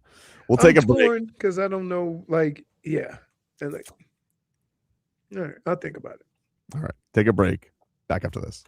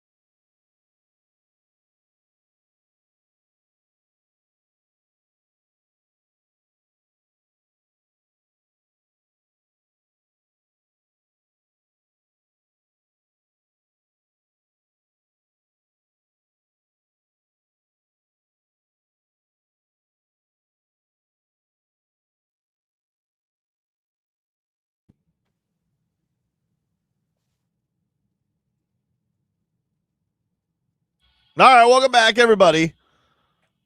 Tobin and Leroy here with you on FM 104.3 WQAM. Thanks for that. For what? Nothing, dude. Anyway, we got a lot of action tonight as you got 2 NHL playoff games tonight. The Fighting Ben Quacks are going to take on the Vegas Golden Knights in Game 5. That's at 9:30 tonight on ESPN. You betting on Quinville and the Ducks to take the lead in that series, Leroy, or Vegas? I like Vegas. Stadium is terrifying. Goes off like a bomb is going off when they score. Oh, the earlier version. I can't believe that corner of Vegas where you almost get funneled into the arena down one street and everybody eats where we ate. It's amazing how crowded it gets going into that place. The early game tonight is Sabres and Canadiens. Montreal leads that series 2-1. So Game 4 tonight. Then they just win 3-2. Well, it was 3-2, and then they pulled the goalie. So it might have been more than that, but Montreal is leading that series, and they're just. I mean, Carolina's got their feet up right now. They've already finished off. That's crazy, right? Yeah, I don't even know how that happens. That's like, how did they finish the schedule so quick? We just got. Yeah, I know the sweep, but they haven't even. The other team didn't even play Game 4 yet. They clinched 3 days ago. Right. You know, like it was just a very odd jump on the series. I guess they were like, "Hey, we got to get a game in," so they ended up way ahead of the game on the series. That happened with one. Was it the first Panthers Cup or the second one where they were like off for like 10 days? Right. But that was the I think it has to do with a combination of 2 series and not necessarily one, right? Because if you're first, so say if you go into the second round and both your teams kind of play 5 games, then you just start the next series. You think we got any thuggery tonight in the Timberwolves and Spurs? Absolutely. Dirty Wembanyama is back in there. You have to understand that. I mean, that's what Minnesota wants to be. They want to be bullies. They want to push you around. God, that's gonna be great. Oh, listen, if I was Nas Reed, I want my get back. Now down low, it's going to be Al Horford. He drives. He goes up and gets knocked out hard. Oh, my goodness. The Heat have resorted to thuggery. And Al Horford slow to get up. Miami, they're down by 19, and they have to resort to the street stuff. That should be a flagrant foul. These Miami Heat players are street thugs. Jesus, dude. Calm down. He was really upset. And it was James Jones. Right, of all people. The Heat have resorted to thuggery. Now it's Wemby. I think Wemby walks in tonight. He's got a little extra swagger. Like, yeah, what are you going to do? Is anyone scared of Wemby? I mean, you got to be. I mean, he is a giant. No, but are you scared? Are you scared of Wemby? Like, let's think of it this way. Charles Oakley was not Wemby. He wasn't going to dominate you like that. But were people afraid of Charles Oakley? Yeah, he was crazy. Right. Okay. Exactly. So when it comes to the skill on the court, yeah, that's one thing. But I mean, are you afraid of Wemby? No. He looks like 7 irons. It was a cheap shot. It was a cheap shot. It really was. It really was. So no, I don't think I would be afraid of him. I think if I'm Wemby, I'm scared going in there. But what really? Of who? Yeah. You think Nas Reed is just going to give him the I don't business? think Nas Reed is Nas plays Reed around. cheap shot at him too. He gave him a shove the game beforehand. No, I get it. But I think he's about it more than Wemby is. Like, I'm not afraid of Wemby. What is he going to do? Throw another a cheap shot at somebody? Cool. Then you're going to get ejected again. I mean, think about it. Think about Ant, right? So you would take Anthony Edwards to win a fight? Oh, for sure. Against Wemby? Yes. I don't know about that. Really? Who's it? Wemby going to fight? How's he going to get to him? I mean, the reach, sure, but like if He's going to be like this. How do you fight him? You but that sounds scary. Two guys. I'm talking about two guys who can't fight, not a guy who can fight. If a guy could fight, fine. But you're talking about two non-fighters. How's he going to get to him? Who's a non-fighter on the ankle? You think Anthony Edwards can fight? I feel like he can. I think he got some dog in him. I think he does I think too. the person that won't fight Wemby is the center. I mean, he was training with the Shaolin monks. Yeah, I don't. he You was don't working think on that? peace and quiet, and that got him elbowing folks. Clearly not. And Wemby's French. Like I'm not like what? Something about the French. That's what they. They That's just have what a bad people are attitude. really saying. They just have bad attitudes. So Rudy think Gobert about has this. not Rudy hit the, Gobert ain't gonna fight him. They're friends. Exactly. Rudy Gobert's not going to fight him. I think if I was going to go there, but I feel like it would be right back to Naz Reid. Maybe Jaden McDaniels. Jaden McDaniels probably the one that has the biggest screw loose there. To further my point, who's afraid of Rudy Gobert? Nobody. Okay, exactly. Because he's French? No, they just don't have like him and Wemby. He's Rudy don't have it. Gobert. Because he's Cyril Rudy Gane Gobert. is French. Huh? Who? Cyril Gane is French. He's fighting for the heavyweight championship. He's also an MMA fighter. Yeah, like there's a level of expectant like behavior. George St. Pierre speaks French. Huh? George St. Pierre speaks French. He's from Montreal. Okay, but they're fighters. Yeah. Yeah, they're fighters. They're not basketball. These are players. not. You guys would really take Anthony Edwards in a fight against Wemby? Not even like Yes. 1,000%. I don't know. Yes. Wemby's just tall. Yeah, he's just tall. It's No, just he's not like you just- know what you are. You like the kindergartners that say, "I No, can't no, fight no. him. He's in the first grade." He's not just tall. He's taller than everybody by a lot. Okay, but just because he Okay, can but put his that's all hand he down, has. that's all he has. Like, Plenty. you think that he has any Here, pack? you behind think you his could get punch? knocked out by Wemby? Yeah, I don't love my Just chances. charge at him. Oh my goodness! I don't love my Go chances. for the legs. Have more faith in yourself. You know what I'm saying? You Go go for for the the legs. legs, You you go for the knees, you go for the guys- ankles. Well, you get down really low. You get down low. You Or got. Wait a reach minute. So You're, high up. you're in Go the with Smith. MMA. You guys are Shoot acting. for the legs. Hold on. You guys are acting like he's Boban or that he's Bull. He's still an incredible athlete. Like, have you seen some of the recovery that he has and the quickness that he has? You're acting like he's a huge stiff out there. No, I'm just acting like he looks like two ink pens. You can act like how he is in it, but he's still one of the best players in the league. Like, everybody's going to say, oh, he's just this, Hey, he's just that. players, not fighters. You don't know what he's Right. capable So of. he's a great basketball player. He might not be about that life. But he's not going up against any fighters. That's my point. You guys are just giving it to Anthony Edwards because you think, he's got more swagger. It's still a Not matchup swagger. of two guys who can't fight. He got more badass in him. How? Because he talks bleep? What's the At answer? some point, you got to back it up. He did. He sent Naz Reid to the canvas. I'm One talking about goal. Ant-Man. You don't think Ant-Man? Okay, let's list the players. That's half of Naz Reid's Ant-Man, size. Naz Reid, and Wemby. I would Who take you Naz think Reid. if I would any take of them Naz are Reid talking trash, who's backing it up? I would probably take Naz Reid out of all of them, Okay, and but who's he's second? a lot bigger than Anthony Edwards. Dude, why are you caught up on size?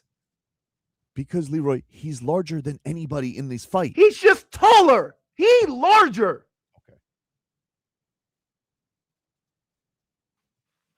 I'm just telling you. Oh, yeah. Reaches never to play to result in any fight ever. No, I'm not. But like also impact. Idiot. Like you think that Wemby has he packs a hard punch. I don't think he does. Doesn't matter. If he literally could go, come get me. You think you? He could literally just hold him out like this, like Roadrunner and Wile E. Coyote. Have you ever been in a fight? That's not winning in a Yes, fight. Leroy, I have to been me. in a fight. You know who I haven't fought? Any person. Oh, man. I got to tell you, you're You know also how many people, Leroy, you know how many fights that I watch of guys who come into a room and say, I got that dog in me. And then you know what the dog is? The reach. They can't get there, dude. You know how many people have said that to me? You know how many fighters say that to me? You're watching professional fighters, though. Yeah, that's my point. Everybody thinks that they got that dog in them. You want to know what sometimes matters? The measurables, dude. It didn't matter for me. Okay. I'm telling you. Okay. You got that dog in you. You would take on anybody, anywhere, anyhow. And you've won every fight. It didn't matter. Okay. It didn't matter. You don't have to win every fight. You would also See, be that's the difference between you and me. But you would also be. I get in a fight. It was to make a point, not to win the fight. Dude, we're not making a point, dude. We're talking about a fictional series between basketball players. Yeah. And you think that a guy being 8 foot and as athletic as Wemby doesn't matter. Would you take UD over Wemby? Yeah, but UD can fight. How do you know this? He can fight. We got to go. End of the show.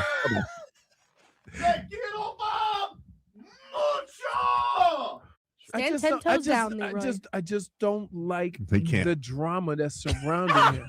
We don't Leroy just zags when everyone zigs. sag you.